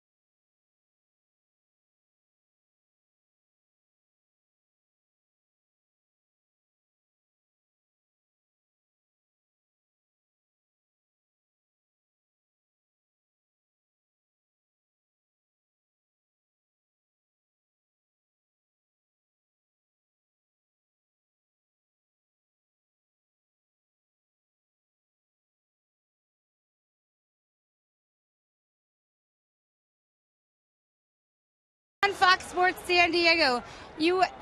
San Diego State University's head basketball coach in waiting, Brian Dutcher, will swing by the studio and talk about what he has in plan for the program. Also, one of San Diego's favorite bands will be making a performance right there on the show. Make sure you tune in Tuesday on Fox Sports San Diego. You're not going to want to miss that SD Live. All right. Thank you, Kate. Bottom of the 5th. Everett Cabrera, top of the order, then Venable and Smith. Padres need a couple to tie Tim Lincecum. They've had a base runner every inning. 5 hits and 3 walks. Changeup. Yep. It's been a good pitch for him. He gets the feel for the curve of the changeup. Can be difficult.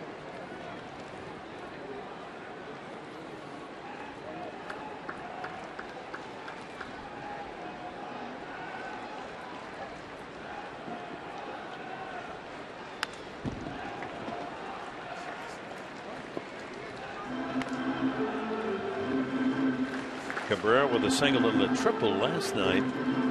He had his 9-game hitting streak snapped the night before. Infield hit and a ground out today.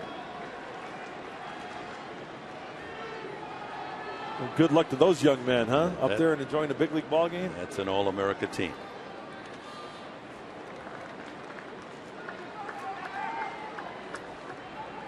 Yeah, he must lead the league in balls bounced. Yeah. Mark Sweeney, did you ever face Tim Lincecum? We've lost Mark. All right. No, Mark's not hooked up yet.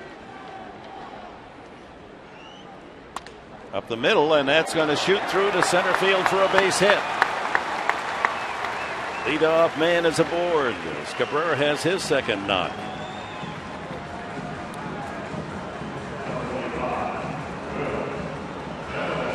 Will Venable singled with 2 outs in the 3rd.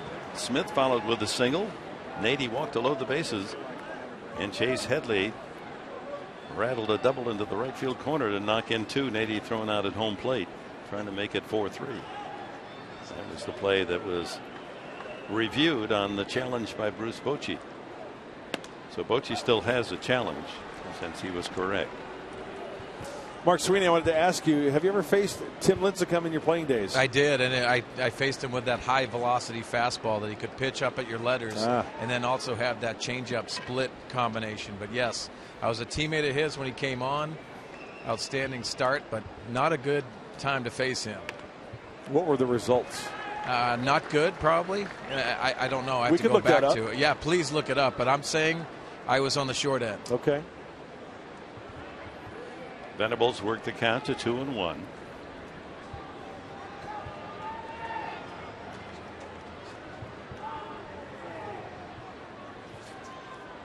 Cabrera, that knee is still sore, so we've not seen Everett Cabrera run like he has the last couple of years, leading the league in steals a couple of years ago. Would have led again last year, but suspension. You know, this Cabrera, when he's diving back to first base, dive towards the outfield part of the bag, right? It's a longer swipe tag for the first baseman. Might not seem like a lot, but hey, the bang bang plays. A couple of inches here or there, right? Absolutely. He has 2 steals this year. He bluffs going and a ball in the dirt, and Posey finally located it. Skidded behind him between Posey and the umpire, DeMuro. Tough read for Everett Cabrera, but you almost have to anticipate that. He's been throwing some balls in the dirt, especially that split finger. You have to try to anticipate that, look for that extra base.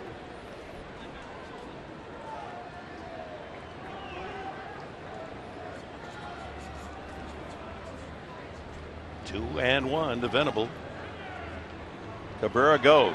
Swung on and missed. Posey's throw is on the money, and Cabrera is out.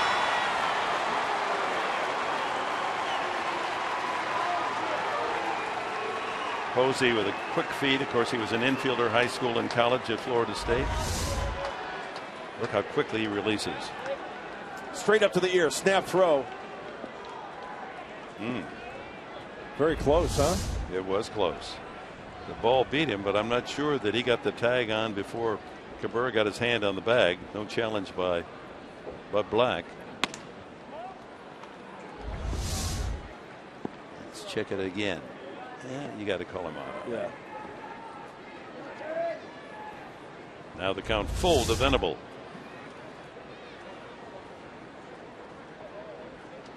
Swing and a miss. Got him with the change. Boy, the bottom just dropping right out of that pitch. Great arm action from Lincecum. Hey, separated at birth. Inspector Clouseau on the right. Peter Sellers and Tim Lincecum. He's let that mustache grow in a little bit since that picture was taken. He's got a good one working. I'll be the judge of that. He looks like the villains in the old black and white movies, doesn't he? That it almost looks pencil fake. thin. Yeah. Smith with a high fly to left field, plenty of room, and Morse makes the catch for the out.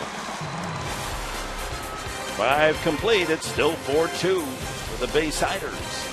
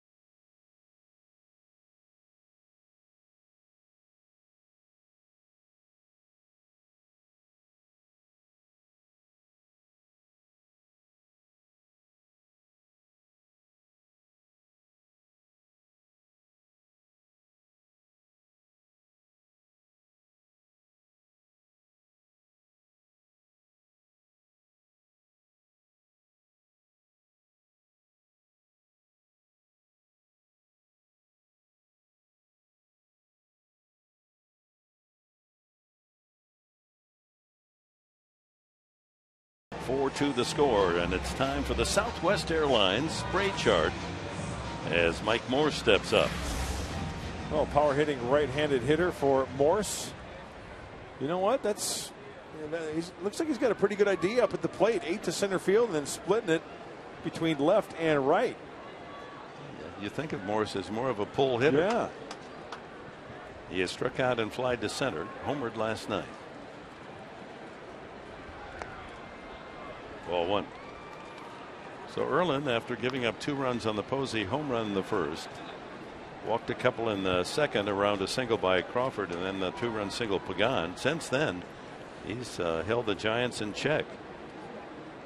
11 straight retired.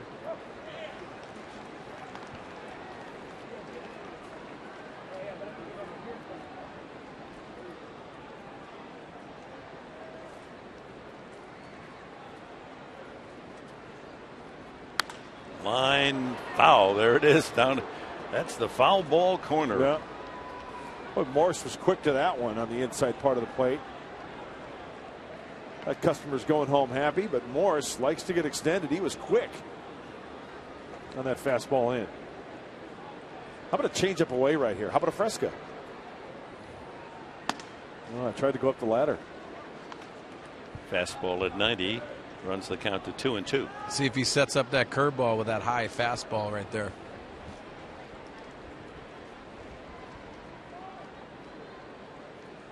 Heater away possibly here. Yeah, Mark, we saw a number 1 and then point away from Nick Hundley on that one. 3-2. Let's see what Nick puts down here. Fastball in.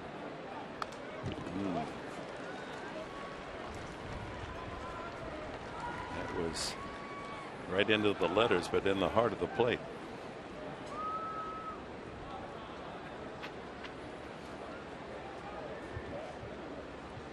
Is it an optical illusion, or does Morse use a longer bat than most men? Pops him up high in the air on the left side. Headley wants it. One away. Well, promised you earlier, and here it is. We have the AT&T fan photo of the game. Tweet your photo to hashtag SD fan photo for a chance to be shown in an upcoming broadcast brought to you by AT&T. Man Tim catching the AT&T ball. Oh, that's a great shot. That's very, that's creative. There you go. Took me a while to think of creative, but once again, that high school education coming through. Not like that University of Maine education or that University of Indiana exactly or Central right. Michigan education gets you. Fighting Black Bears. Yeah. The Harvard of the Northeast. 0-1 to Belt.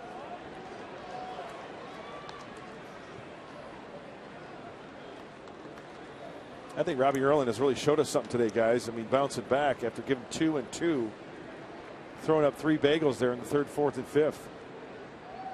How many times have we seen pitchers out there just kind of cave, you know? I'm not talking about this staff, but in the past, in other teams, they just don't want to, make an adjustment. But Robbie Erlin, he has battled. Could be his last inning. That pitch count arriving at 100. Ground ball right at Medica, knocks it down, has time to make the play himself. 13 in a row. Nicely done. And perfectly positioned was Tommy Medica at first base on that one. Don Roach continues to throw. Alex Torres as well now in the Padre pen. Mark Sweeney, Tommy Medica not getting a lot of time at first base, but the main thing here, down on one knee, keeps the ball in front of you.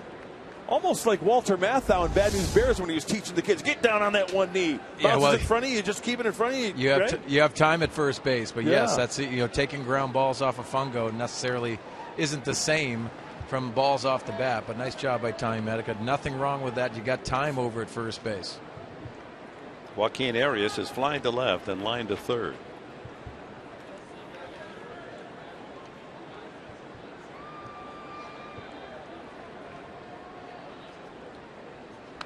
Hey, I remember J.T. Snow, one of the better first basemen that I ever saw. He told me that his dad used to hit him a bucket of balls. Okay, you're going to get 50 baseballs hit at you. If one gets by you, we're starting all over again. I don't care if it bounces off of you and stays in front of you, but if it gets by you, we're starting all over again. I don't think he started over again too many times the way he used that glove. Exactly. He was impressive. Strike 3 called as Erlin completes another 3-up, 3-down inning and has retired 14 in a row.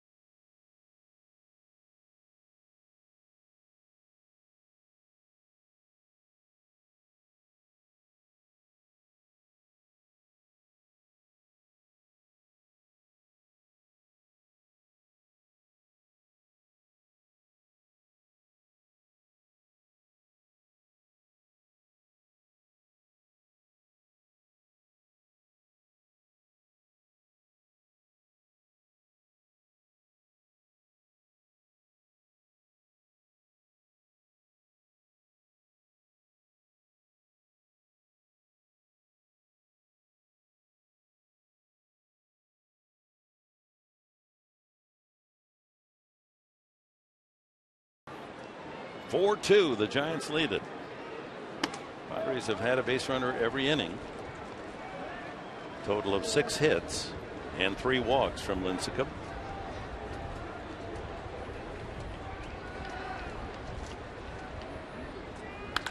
Line to left field, but Blanco just into the game makes the catch on the warning pad.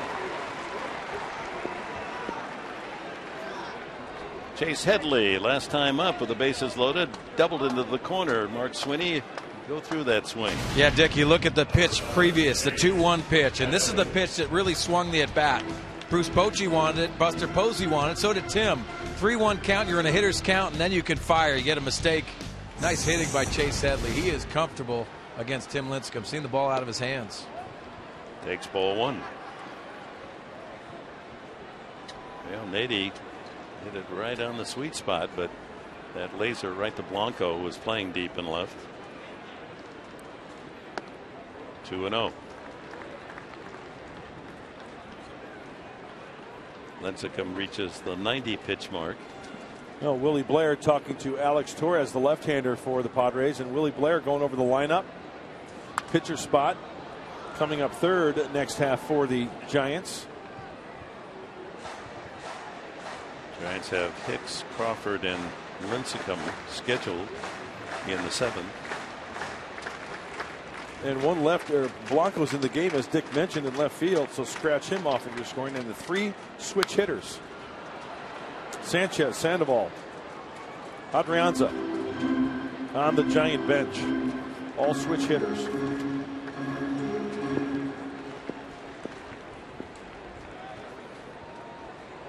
And Pagan in the game, a switch hitter.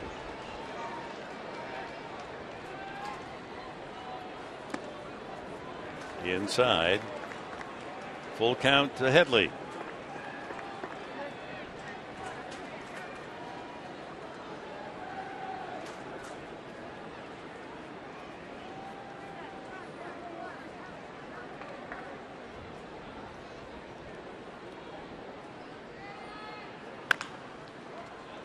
Foul ball. Lincecum, this is his 4th start.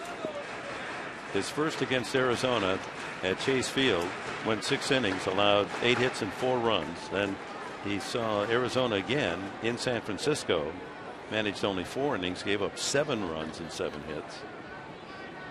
His last outing was his best, 5 innings against the Dodgers, 1 run, 5 hits. 98 pitches, the most this year. Strike 3 called. Headley caught looking. Tough pitch right on the edge, says Mike DeMuro. Well, it looked like a backdoor off-speed pitch right there to Chase. Righty on lefty. Well, that's the pitch that he wasn't giving Robbie Erlin early. Yeah. Oh, it's a changeup. It's a changeup down and away.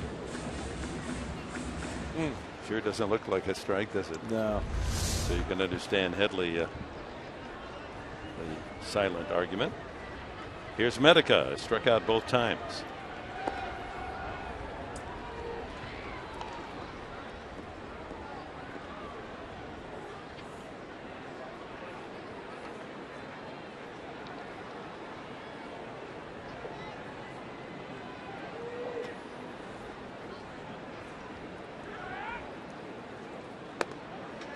Two and 0. Fastball tees inside.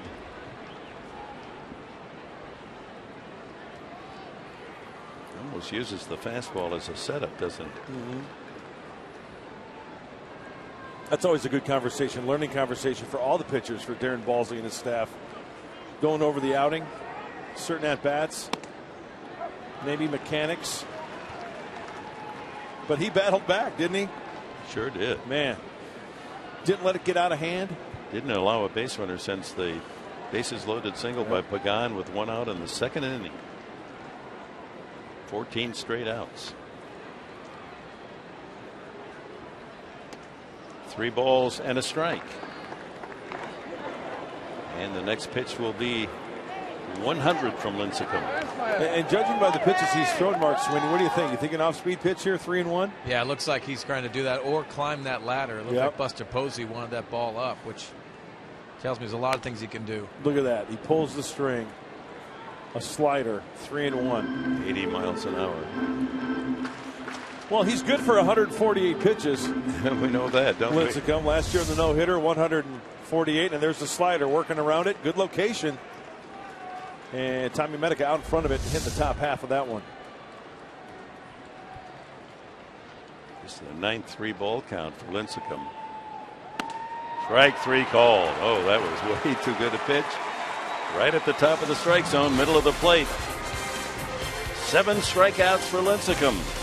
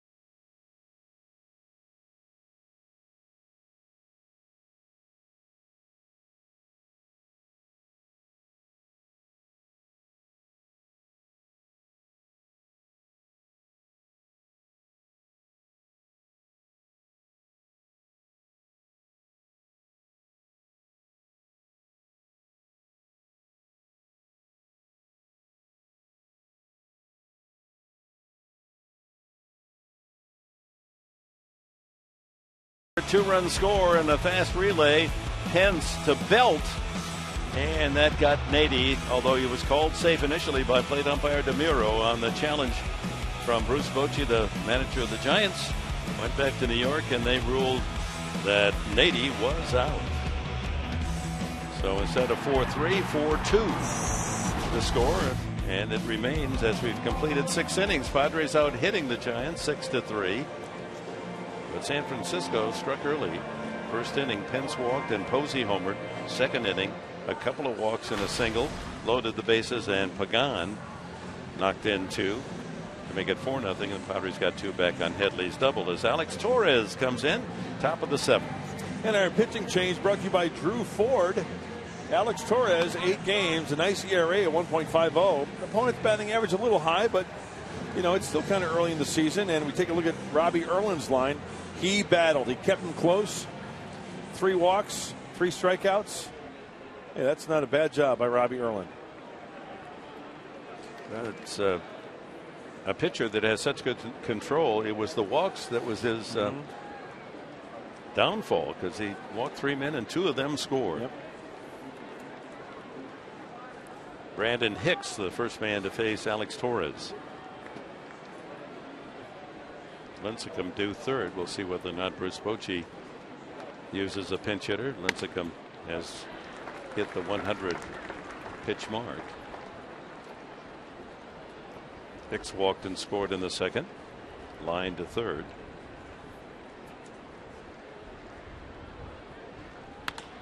Pop up behind second.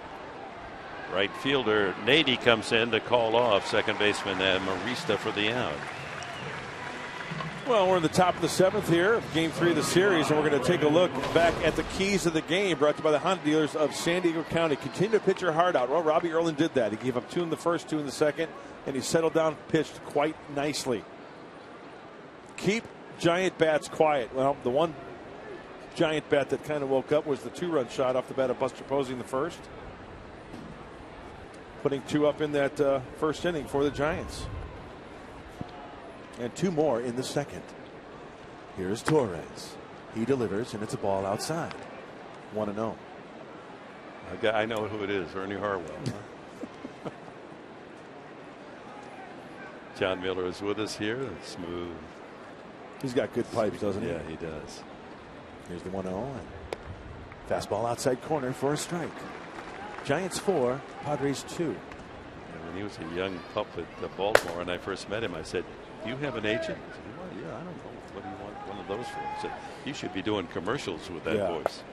He's good. Jeremy Affeldt up for the Giants, the left-hander. Torres working to the left-handed hitter Crawford, who singled in that 2-run second inning, grounded out to first the last time.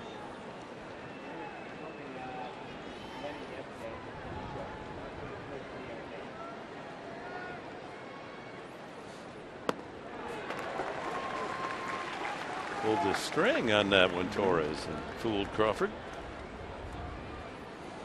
You know, there was a mechanical issue for Alex Torres. Darren Balsey was talking about it. Sometimes he said his upper body would leak a little early out in front before his foot gets down, and that would mess up his release point. When he is on with that, the numbers prove it too, Dick, right? The last couple of years for Alex Torres, outstanding numbers for the left-hander. And he wants the ball. Darren Balsey says he wants to get out there and pitch. Watch the leg kick. Sometimes his upper body has a tendency to get out there a little bit too quickly before his foot hits the ground. He's got some good arm speed as well. He really does. Like a whip. And there he is right there, the best pitching coach in Major League Baseball. Darren Balsley.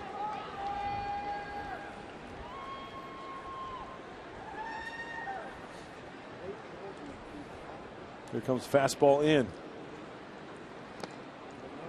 Full count now to Crawford. Lincecum is in the on-deck circle. So apparently he's convinced Bochy that he's got another inning in him. Either that, or if Crawford gets on, maybe have him bunt him over, right? And then. And Crawford is on with a walk. See if Lincecum bunts him over. And then they take him out. Don't waste the pinch hitter.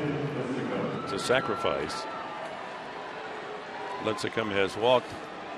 That was a key walk back in the second inning. And Erlin just missed on a couple of pitches. And the walk loaded the bases, and then Pagan followed with a 2-run single. And that's the difference in the game, 4-2.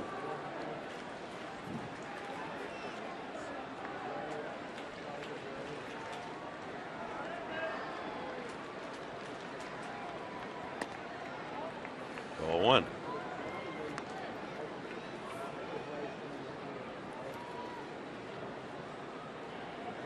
Six innings for Torres so far, 5 walks. He showed wildness in the spring as well.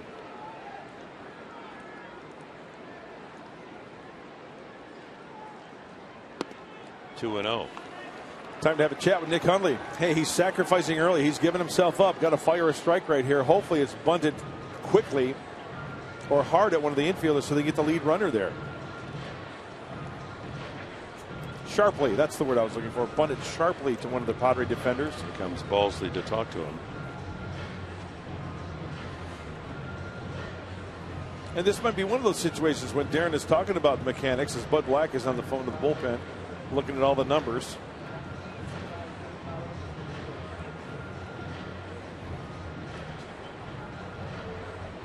Tim Stauffer getting loose.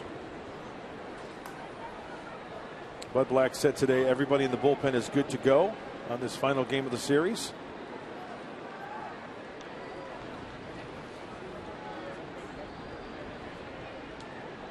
.510 left-hander from Venezuela, Torres.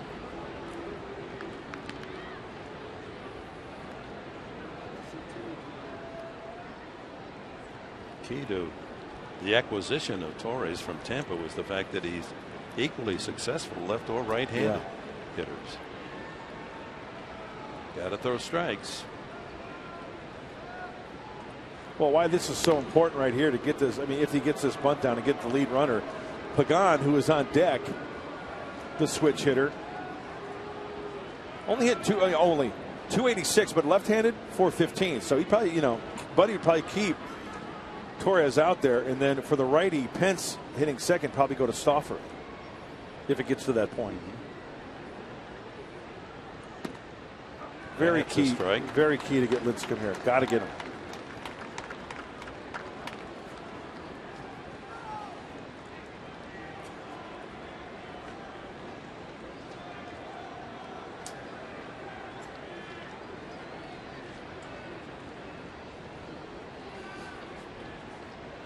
Two-one pitch from Torres to Lincecum. Squares and bunts it fair. The throw to second for one. Back to first. Double play. Or is he going to call it a foul ball? Now DeMuro says foul ball. Didn't quite get it in time, Hundley. Quick reactions by the Padre catcher to try to turn two. What a great job by Nick Hundley, right? We've seen that before where, it's bunted, play it. Let the umpire make the call.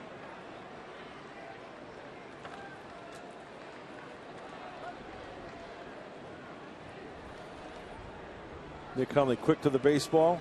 It's where he touches it now. It must have been just rolling off the chalk. And Mike DeMuro put both hands up in the air, indicating foul. Squaring again with 2 strikes on him, but the count runs to 3-2.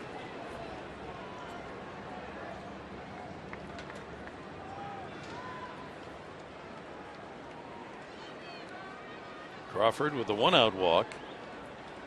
Lincecum trying to bunt him over. Torres struggling. 3 balls, 2 strikes.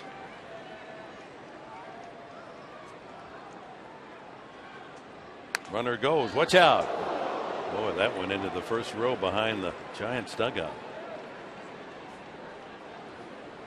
This copyrighted telecast is presented by authority of the San Diego Padres and may not be reproduced or retransmitted in any form, and the accounts and description of this game may not be disseminated without the express written consent of the San Diego Padres. Mr. Memory at work again. And it was interesting. Bochy sent Crawford on that 3-2 pitch. Let's see if he goes again.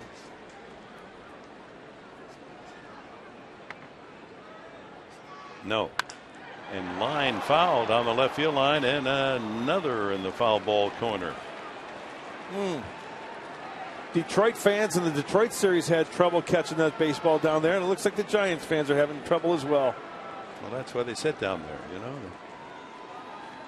got to earn your way into the better box seats. The bottom line is, though, that a kid got that baseball. They're going home happy. Yeah. They need a punch out right here.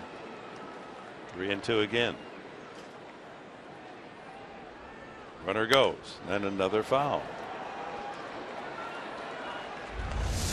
That's a pretty tough play, though. That ball there? Yeah, that was lined that's got to be caught. He's got a beer in one hand. That's got to be caught. You can't. I'll tell you what's got to be done. They got to get Lincecum right here. This is a huge at bat. Strike him out, throw him out if Crawford's going.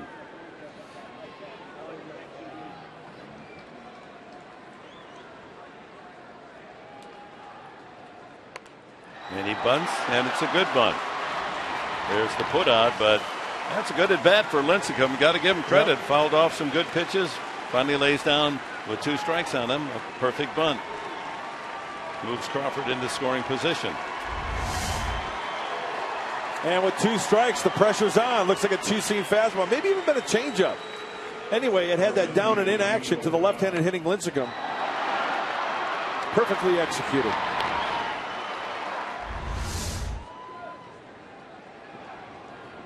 To the top of the order, and Angel Pagan, big bases loaded single. The drive in 2 in the second.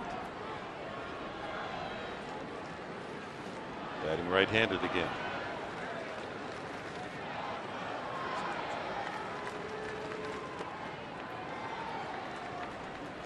Now the Padres, in winning the first 2 games, 2-1 and 3-1, came up with a late insurance run and played very importantly in those 2 victories. Giants thinking the same way. 4-2 a tenuous lead, but an insurance run makes it considerably tougher with time running out.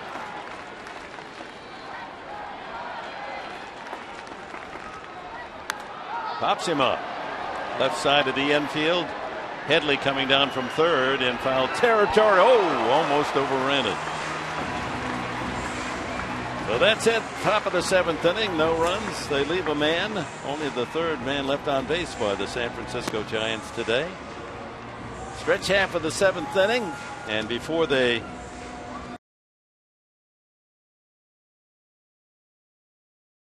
the PA announcer.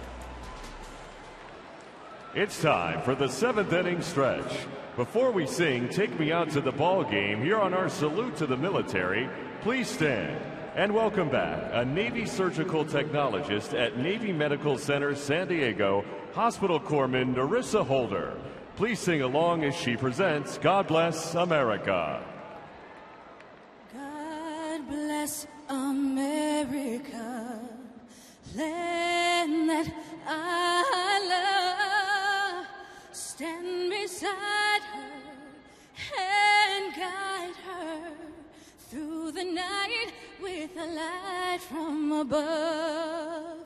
From the mountains to the prairies to the oceans wide with foam. God bless America, my home sweet home. God bless America, our home sweet home.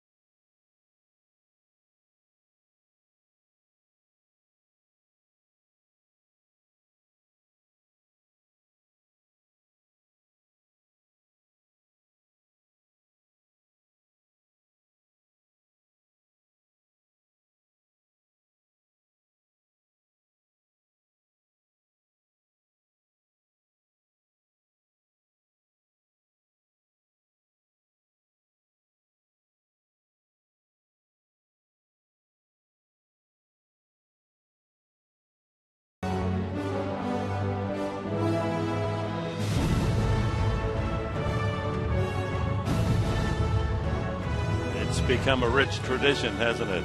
Military Sunday here at Petco Park with the Padres. 2 weeks from today, the Arizona Diamondbacks will be in town for our next Military Sunday. Hope you'll join us. Tim Lincecum goes out for the 7th inning. Line drive deep into the left field corner, and that ball is gone. Nick Hundley touches them all.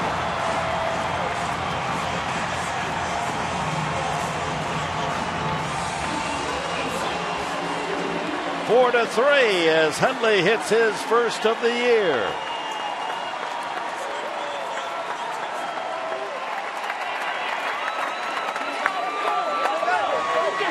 Not only his first home run, his first RBI. That ball got out in a hurry. It's a changeup. It's a hanging changeup. Middle in, down. Nick drops the head. That's on the sweet spot. And that lands in a sweet spot, doesn't it? And that'll send pitcher Tim Lincecum to a sweet spot on the bench, as that one knocks him out of the game. Jeremy Affeldt, a left-hander, will come in from the bullpen. Now the Padres with a bolt from the bat of Nick Hundley to make it 4-3. Bruce Bochy out to make that pitching change. And here we are again.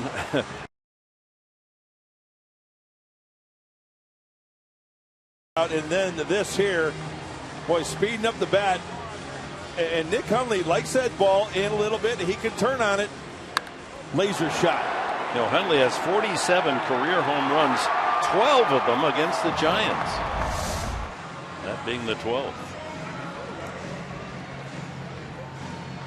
So it's up to the bullpen now for both teams. Lincecum, you can close the book on him. 6 innings, 3 runs, all earned. Gave up 7 hits, walked 3, struck out 7. Hey, a little late life here as we go to the bottom of the 7th inning here. Jeremy Affeldt, opponent's only at 167. Got Amarista, the pitcher spot. And Lincecum giving up his 6th home run in just 4 starts. Fortunately for the Padres, no one aboard to take full advantage. Well, he showed that he can get that breaking ball in the dirt and entice hitters to go after it. 7 strikeouts in all. He got Medica 3 times. Remember, I mentioned it earlier before the game started. Lincecum thrown about 49% fastballs. The rest of it off-speed stuff. Well, Nick Hundley was all over the off-speed stuff. That was a changeup that he hit out of the ballpark.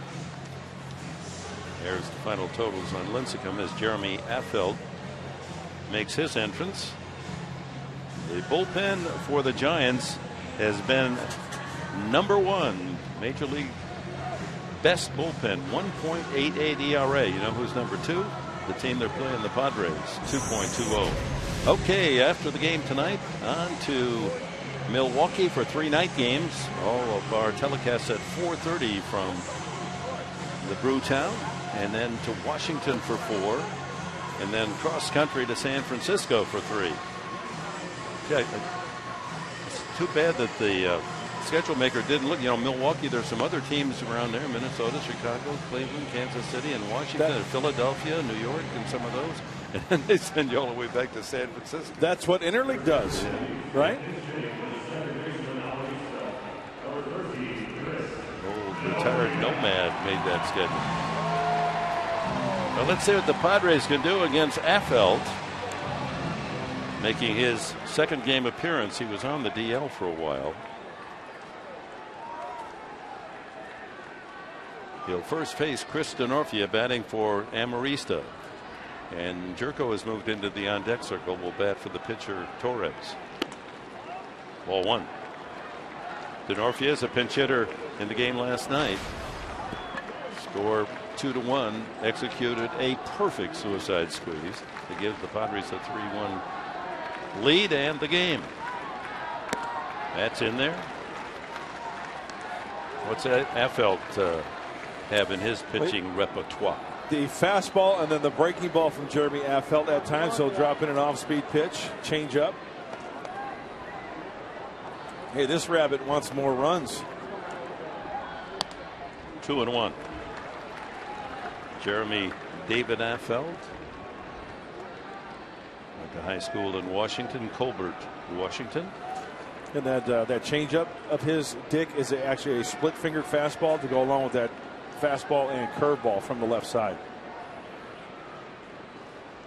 Ground ball up the middle, but right at shortstop Crawford. And there's one away. Jerko will be introduced as the pinch hitter for Alex Torres.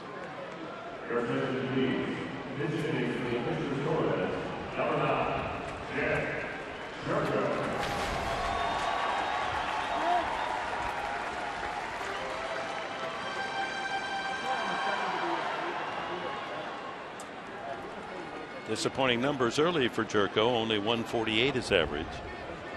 And yet his 8 RBI still lead the club. Slow breaking pitch in there.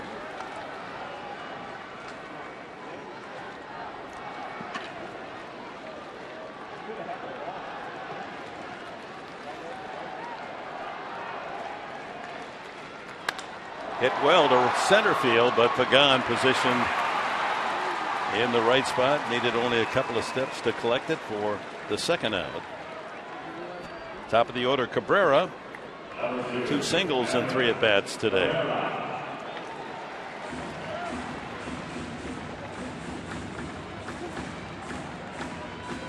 That's a pretty good view from up there. All around the city, and especially into Petco Park. Yeah, hi. They have a television there. They know they're on. How you doing?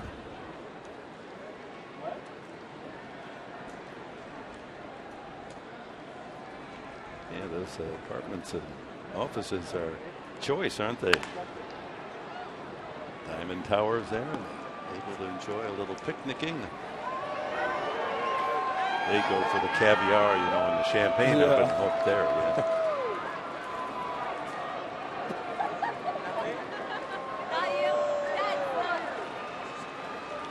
34-year-old Affeld, been a solid man in the bullpen for the Giants now for his 6th year. That's in there, 0-2. Broke in with Kansas City, 5 years with the Royals, then to Colorado for 3, and then landed in San Francisco. Lifetime ERA of an even 4.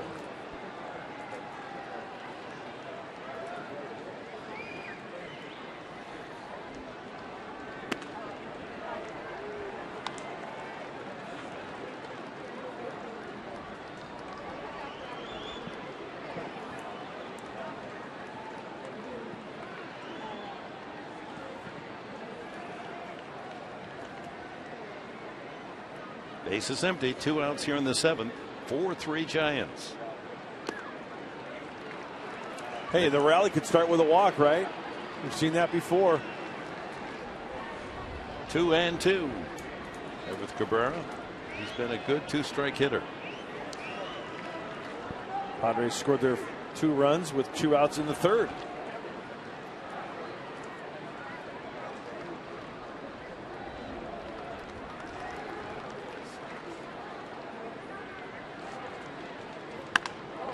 Fouled out of play.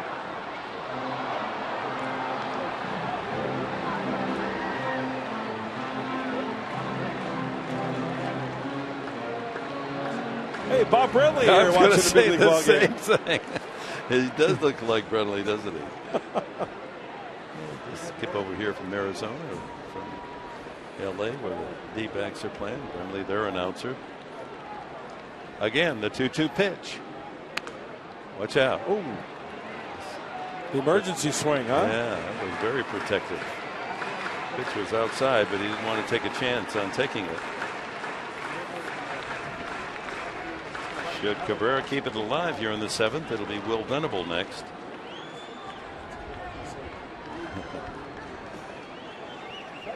Submit that as a fan photo. AT&T. Smothered toward the mound. Affeld pounces on it and throws him out. Well, the Padres draw within 1. Nick Hundley, a laser liner into the left field seats. His first of the year. 2 innings to go, a 1-run game.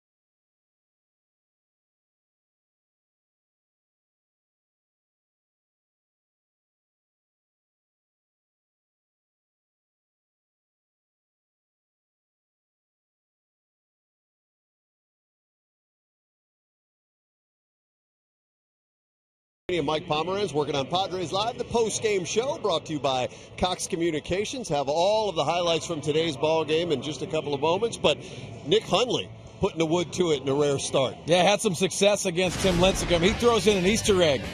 Nick Hundley drills this changeup over the left field wall. That's what they have to do. They have to try to snatch this win and try to get a sweep against the Giants. Crack that yolk on an Easter Sunday. When we see you in a post-game show, we'll have all the highlights. We'll talk about Robbie Erlin. We'll get you ready for the big road trip that begins tomorrow in Milwaukee. And you're going to hear from the manager, Buddy Black. We'll have all that for you and a whole lot more coming up right after the final out, guys. Those crazy two bunnies out there. Crack that yoke. They'll be scrambling around before this game is over. How about you guys throwing out all the puns?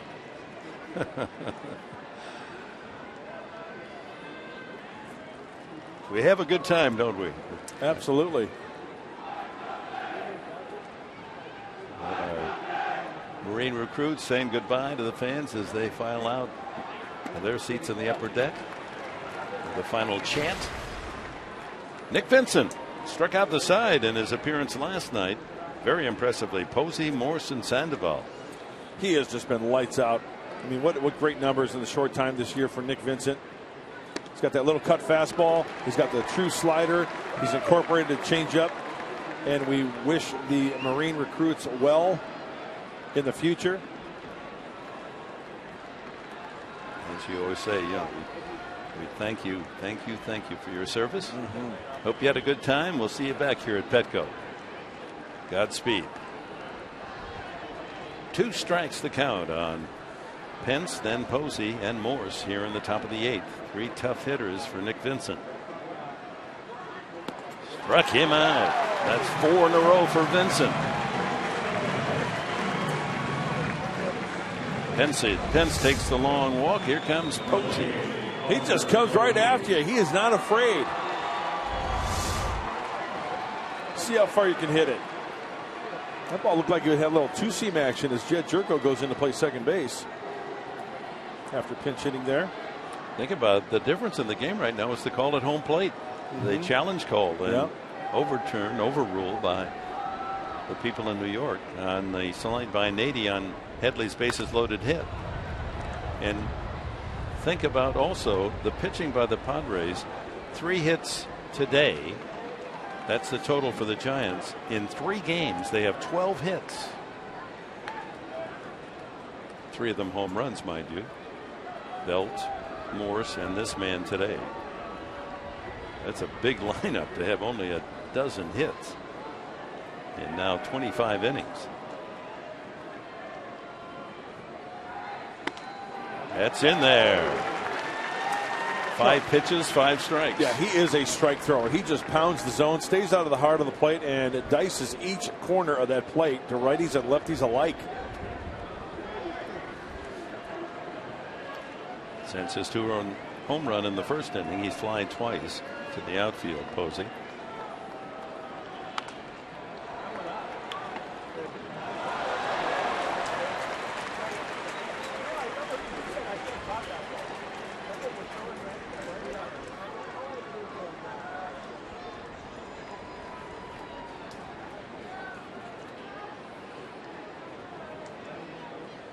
How about a little slider down and away right here from Nick Hundley? 3. Slider. Ooh, just missed away. I thought he was going to offer at it. Yeah, he tempted, but able to check his swing. Boy, you get him leaning on that outside corner. You throw that 2-seamer on the inner part of the plate. But we know that Posey can turn on a fastball. I'm guessing he's going to try to keep the ball. Oh, Nick Hundley's setting up inside. He hit that one a ton to left field, but it's not going to carry to the track. Off the bat, it looked dangerous, but Seth Smith makes an easy play. Didn't quite get the sweet spot. Well, the bottom line is that Nick Vincent stayed out of the heart of the plate. That one right there kind of leaks middle in. That one, see, going back and forth, back and forth. There's the high fastball there. The slider that he didn't bite. Now watch how he just buries it inside. Pitch number 5 in off the plate. Little bit of movement. Buster Posey had him leaning out over the plate. Snuck it inside. Couldn't get extended. He snuck it in on him. Yeah, very good. That's Fascinating, just how moving in and out, picking the corners. So 2 outs to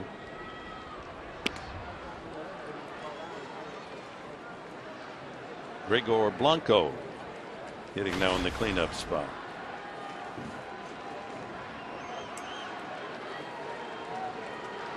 Morse struck out, flied out, and popped up while he was in there. And that ball hit well to right field, and that one is carrying to the wall and caught by Nady. Oh my.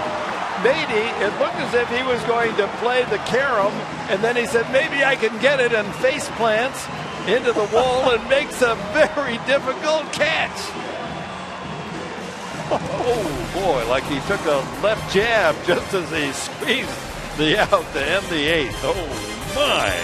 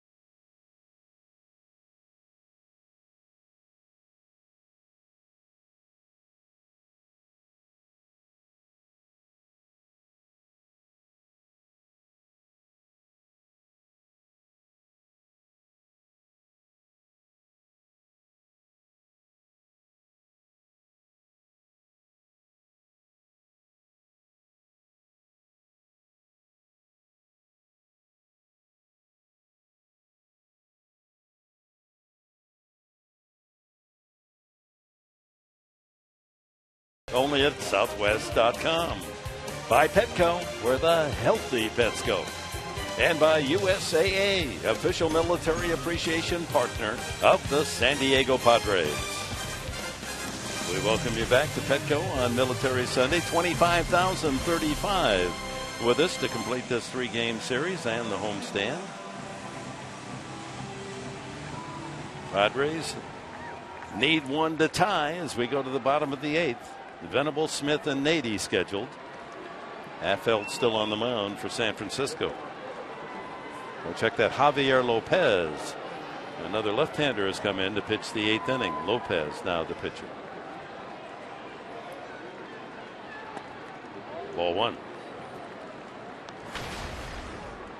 He just has been such a steady reliever. Tough left-hander. And again this year, 3 innings, no runs.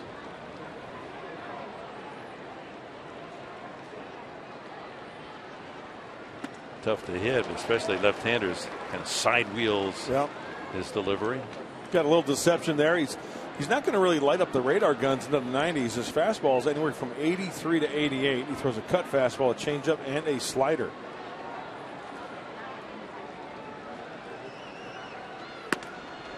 It's in there. 1-2.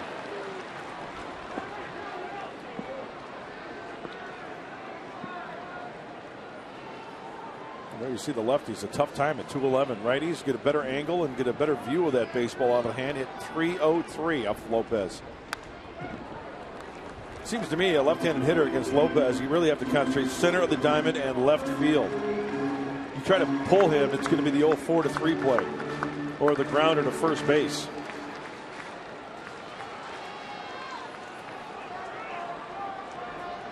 Trying to get on there, start something here in the 8th. 4-3 Giants.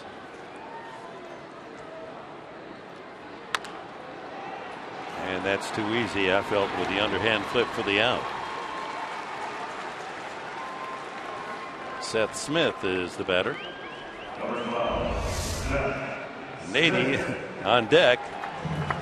How he got his glove to the ball and didn't just smash the glasses and his nose in the process. I don't think he realized that he had that baseball or even had a chance to catch that.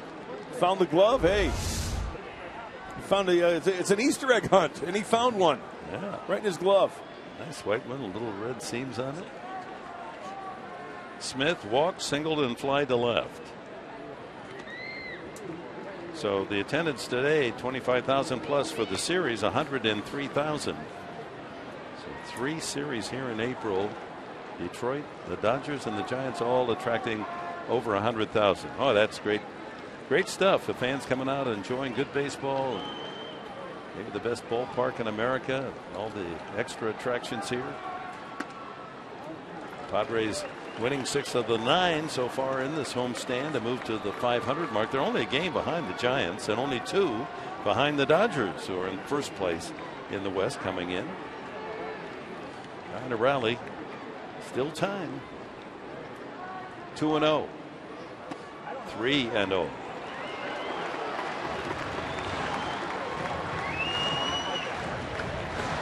Houston Street and Tim Stauffer in the bullpen.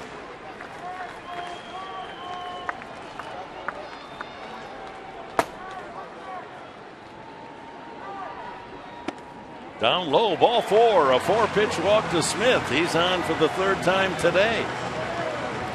That brings Bruce Bochy to the top step. He had Lopez in there to face Venable and Smith, the 2 left-handed batters. Now he'll go to the pen for a right-hander. Santiago Casilla heating up for the Giants.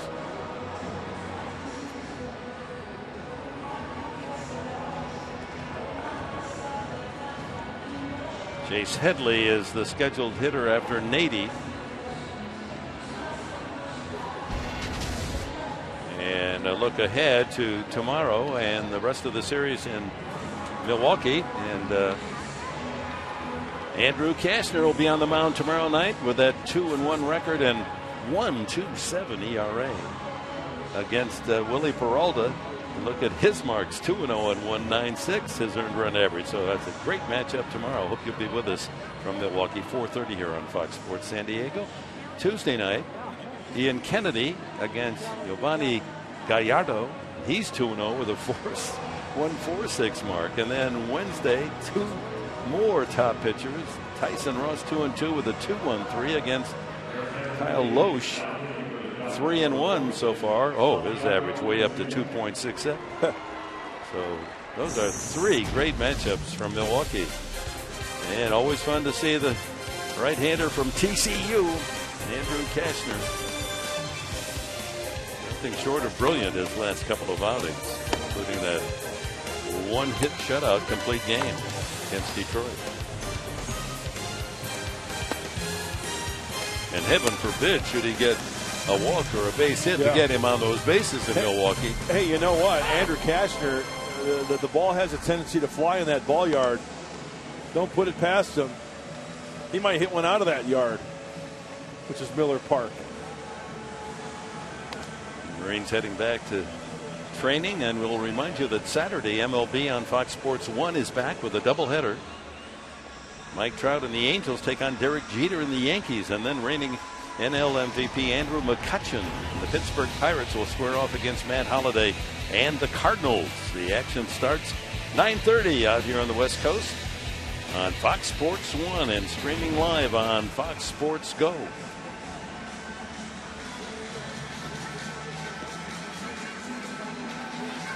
Santiago Casilla inherits Seth Smith at first base with 1 out here in the 8th inning.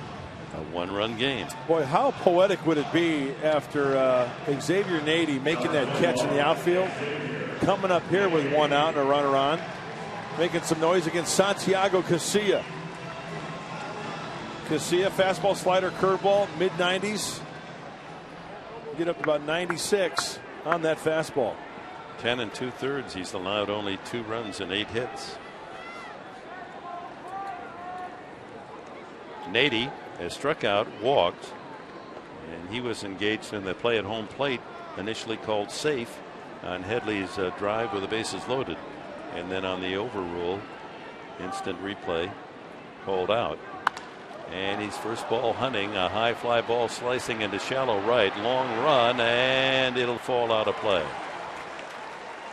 Trio of Giants, Pence, Hicks, and Belt, all hustling down there, hoping they had a chance. And that ball is going to drift that way because when you look at the flags, it's blowing from left to right. So ball hit that high, it's going to eventually reach the stands, especially if it starts on that right field foul line.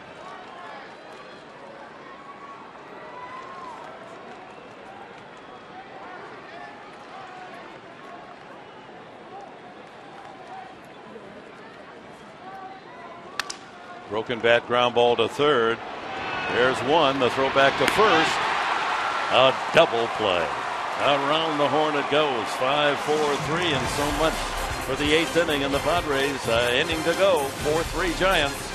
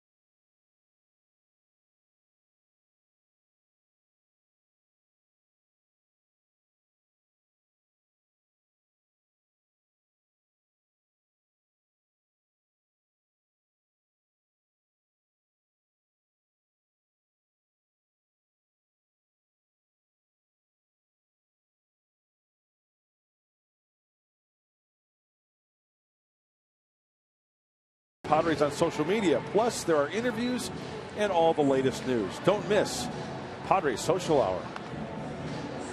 Drill instructors bringing up the rear as they've got the recruits marching to their buses and on to the camp. Top of the 9th inning, Tim Stauffer for the Padres, the 4th thrower for San Diego today, following Erwin, Torres, and Vincent. 6th appearance for Tim. How about this way this game has developed? The Giants did all the damage in the first 2 innings. They haven't had a hit since the bases loaded single by Pagan with 1 out way back in the 2nd inning. And that's a good sign. It's Robbie Erlin bouncing back in the bullpen for the San Diego Padres, giving their offense a chance. Trailing by 1. Got to hold them here, Tim Stauffer. Last outing was back on the 15th against the Colorado Rockies. Brandon Belt, first ball swinging, fouls it back. Belt, Arias, and Hicks scheduled here in the 9th. Looking ahead to the bottom of the 9th, it'll be Headley, Medica, and Hundley for the Padres.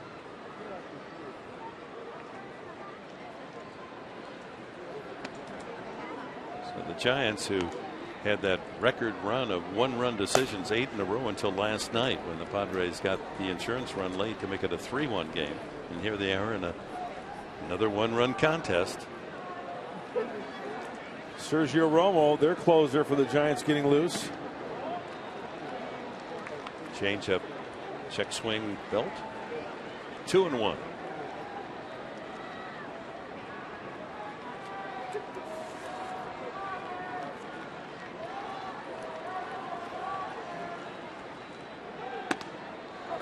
on the inside corner. Romo, as he heats up, is not allowed to run his past 6 innings.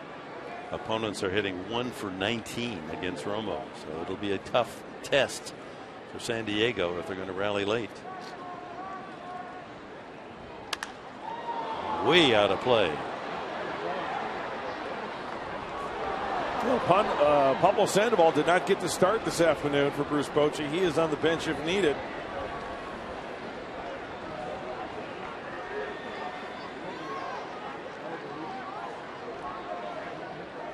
He could hit for either Arias or Hicks here in the top of the ninth. Left field, falling in a hurry, and Smith makes another shoestring catch. Oh, he has measured 2 plays perfectly out there. Belt looking out at Smith saying, come on now, I thought I had a base nut.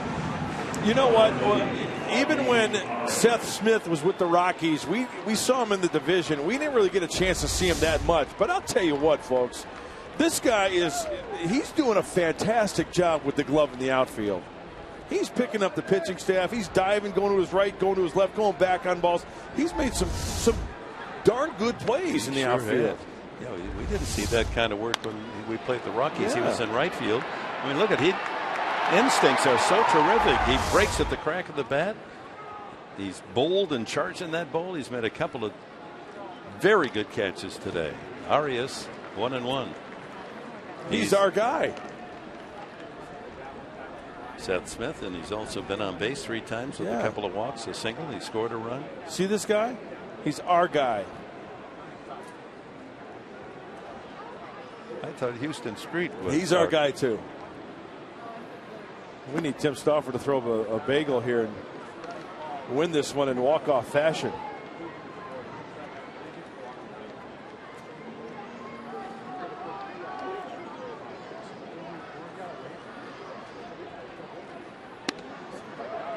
It's the corner.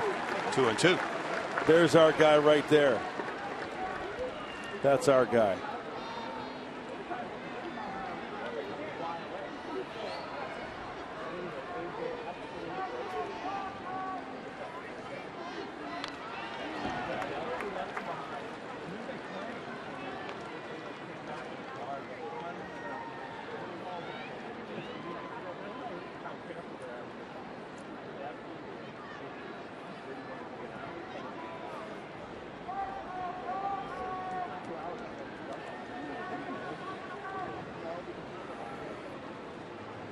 Two and two.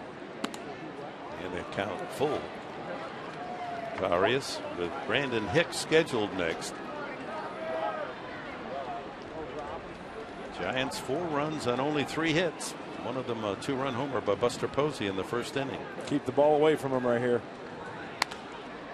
Third baseman Headley. And that's the second out here in the top of the ninth. Brings up Brandon Hicks.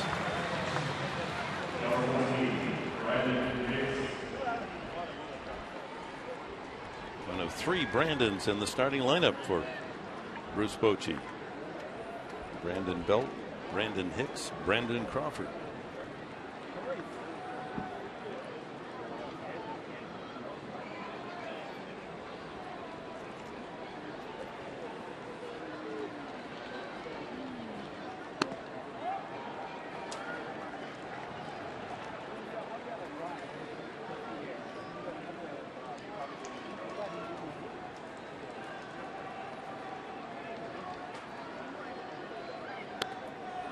Change up 1-1. That's some pitching right there, Tim Stauffer. First pitch fastball misses, and he pulls the string in a fastball count.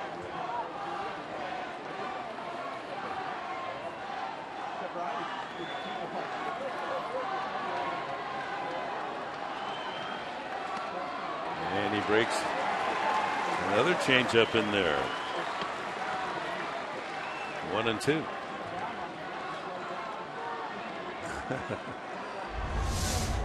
See the grip, the changeup is actually kind of splits his fingers a little bit.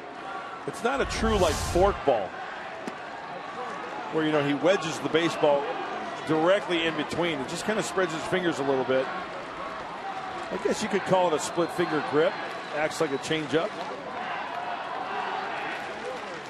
Giant fans competing with Padre fans. Let's go and insert your favorite team. Swing and a miss, strike 3, and Hicks goes down. A 1-2-3 inning for Tim Stauffer. Last call for the Padres. 1 to tie, 2 to win against Sergio Romo.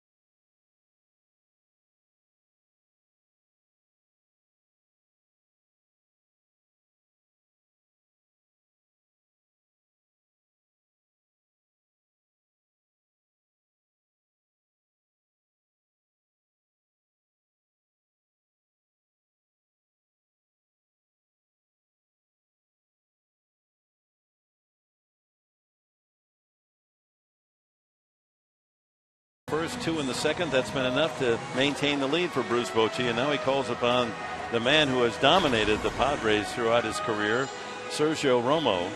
36 innings with an 0.50 ERA, going 6 for 6 and saved chances against San Diego. Well, maybe this is the Padres' turn. Yeah, and this year, Dick, 4 for 4 in those saved chances. Not allowed to run in his past 6 outings. That's over 6 innings. 59 saves in his career. He throws a slider, fastball, changeup.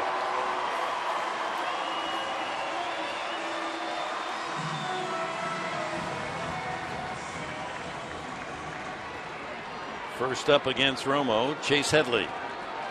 He had the big blow back in the 3rd inning with the bases loaded, knocked in 2 with his double, and almost Nady initially ruled safe.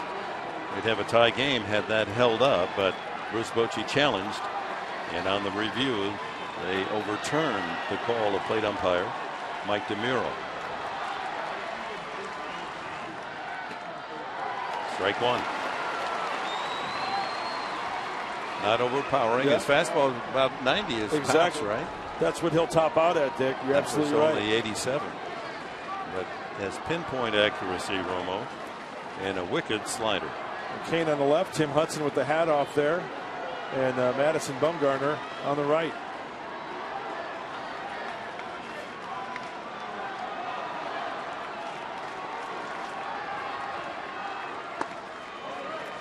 One and one. Shadows now growing from one of the towers on the third base side, interrupting the sunlight between the pitcher and batter.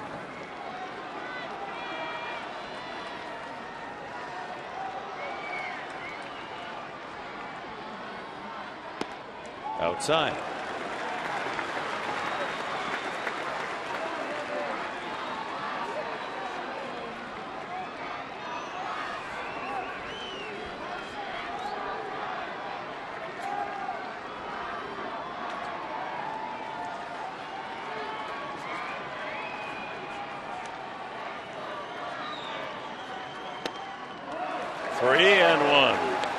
Hey, he hasn't given that pitch all day, Mike DeMuro. That pitch was low, right? That's correct. He hasn't given that pitch all day. He has been consistent with that non-call.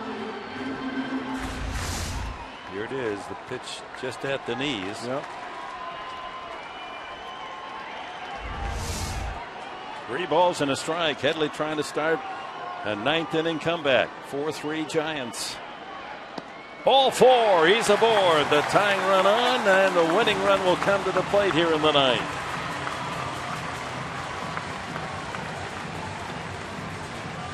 Yasmani Grandal is going to hit for Medica.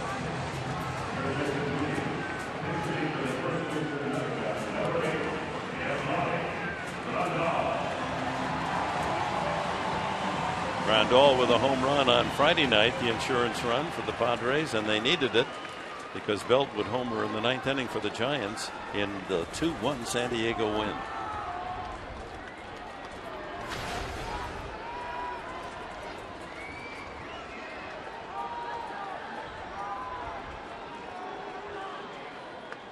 Ball 1. No, Romo doesn't walk too many hitters. Last year in 60 1/3 innings pitched for the right-hander, he only walked 12. That was only the second walk issued this year in the early part of the season in 7 innings of work. A pinch hit home run, a very productive statistic for the Padres the last couple of years. Best in the big leagues.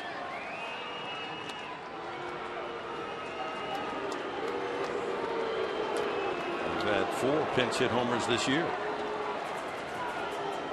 Grandal one of them. So he knows the way.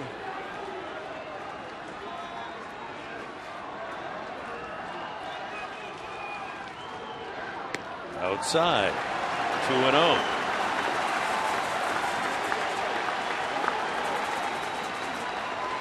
Romo not razor sharp for the first 2 hitters. Grandal able to be selective here, pick out one. It's the best apple in the bushel barrel. Get one you really like to put a bite on.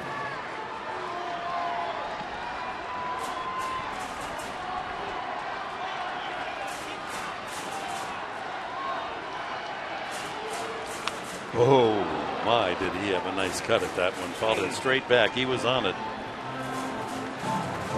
Beautiful looking swing by Yasmani. It's the fastball. Just working underneath it a little bit.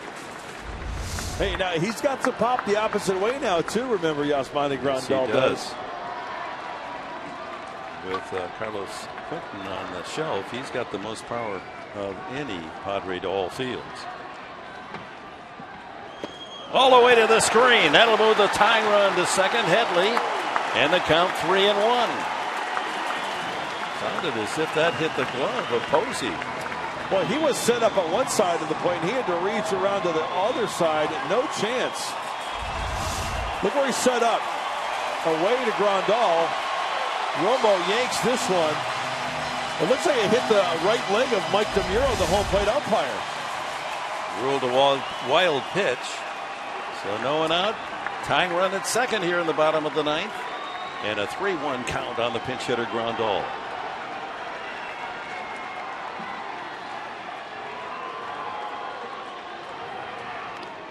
Fouled away. Barely got a piece of that one. Changeup on 3-1.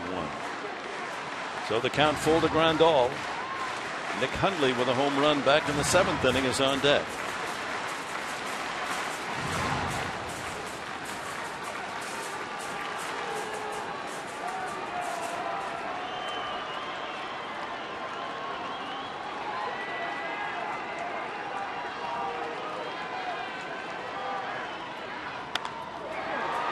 Soft fly ball back of second.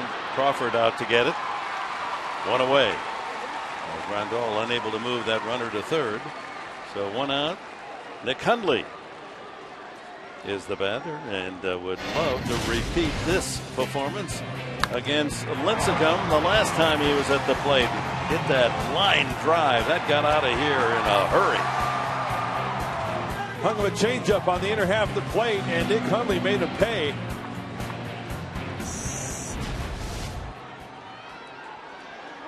After Hundley, Yonder Alonso's in the on-deck circle.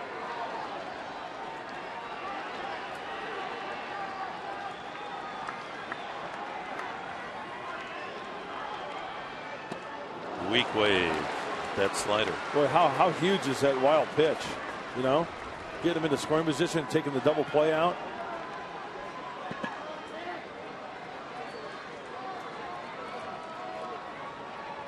Headley, the tying run at second.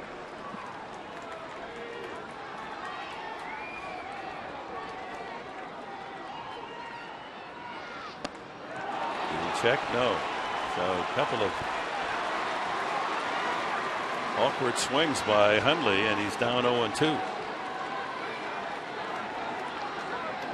Fooled both those pitches, sliders from Romo.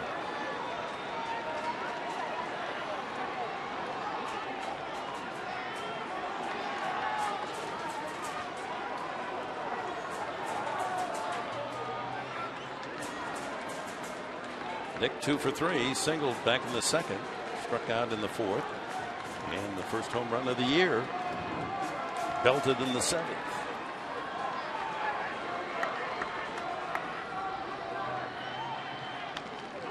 Just nicked that one. Another slider. And I don't think that's where Romo wanted that one, Dick. That one caught too much of the plate. Play last year, Hundley hitting that ground ball to Scudero, and that brought in the winning run against Romo. See if Nick can muster up a big swing here.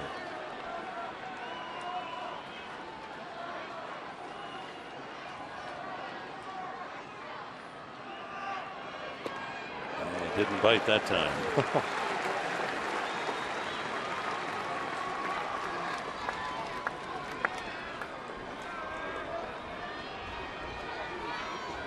This era of the fireballing relief pitcher, closer, throwing 95, 98 miles an hour, and you get a man like Romo, looks like an infielder out there throwing sliders.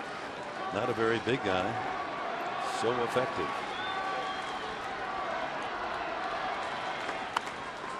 Check swing, foul ball. A heavy dose of sliders away. Look at our Southland Technology Fox tracks. Everything is off the plate away. See the arm action and the ball out of the hand of Romo. He's got that side rotation. 84% of the time. The first career, Sergio Romo gets the save. Headley still out there at second base, patiently waiting for someone to bring him home.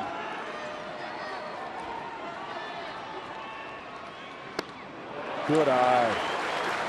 A little low as he offered another slider. 2-2.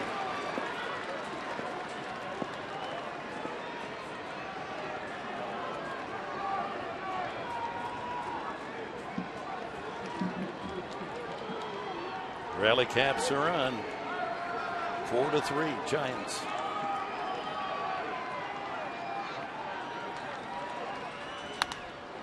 High fly ball to left field. That's routine. Blanco there for the catch, and Headley returns to second. It'll be Yonder Alonso introduced as the pinch hitter for Amaristo. Dick, he got a hang here. He got a hanging breaking ball. Look at that. On contact, that ball's right down the middle. Nick just catches it off the end of the bat just a little bit too quick to that baseball.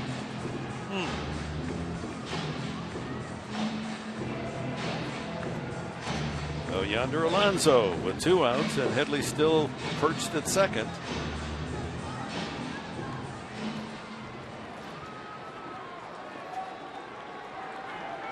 Alonso last night a single in 3 trips. He lined out sharply as well.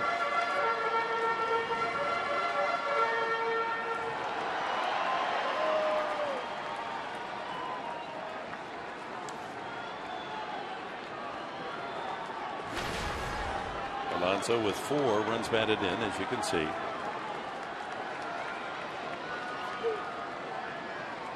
Outside target. Fly ball to center. Pagan has room.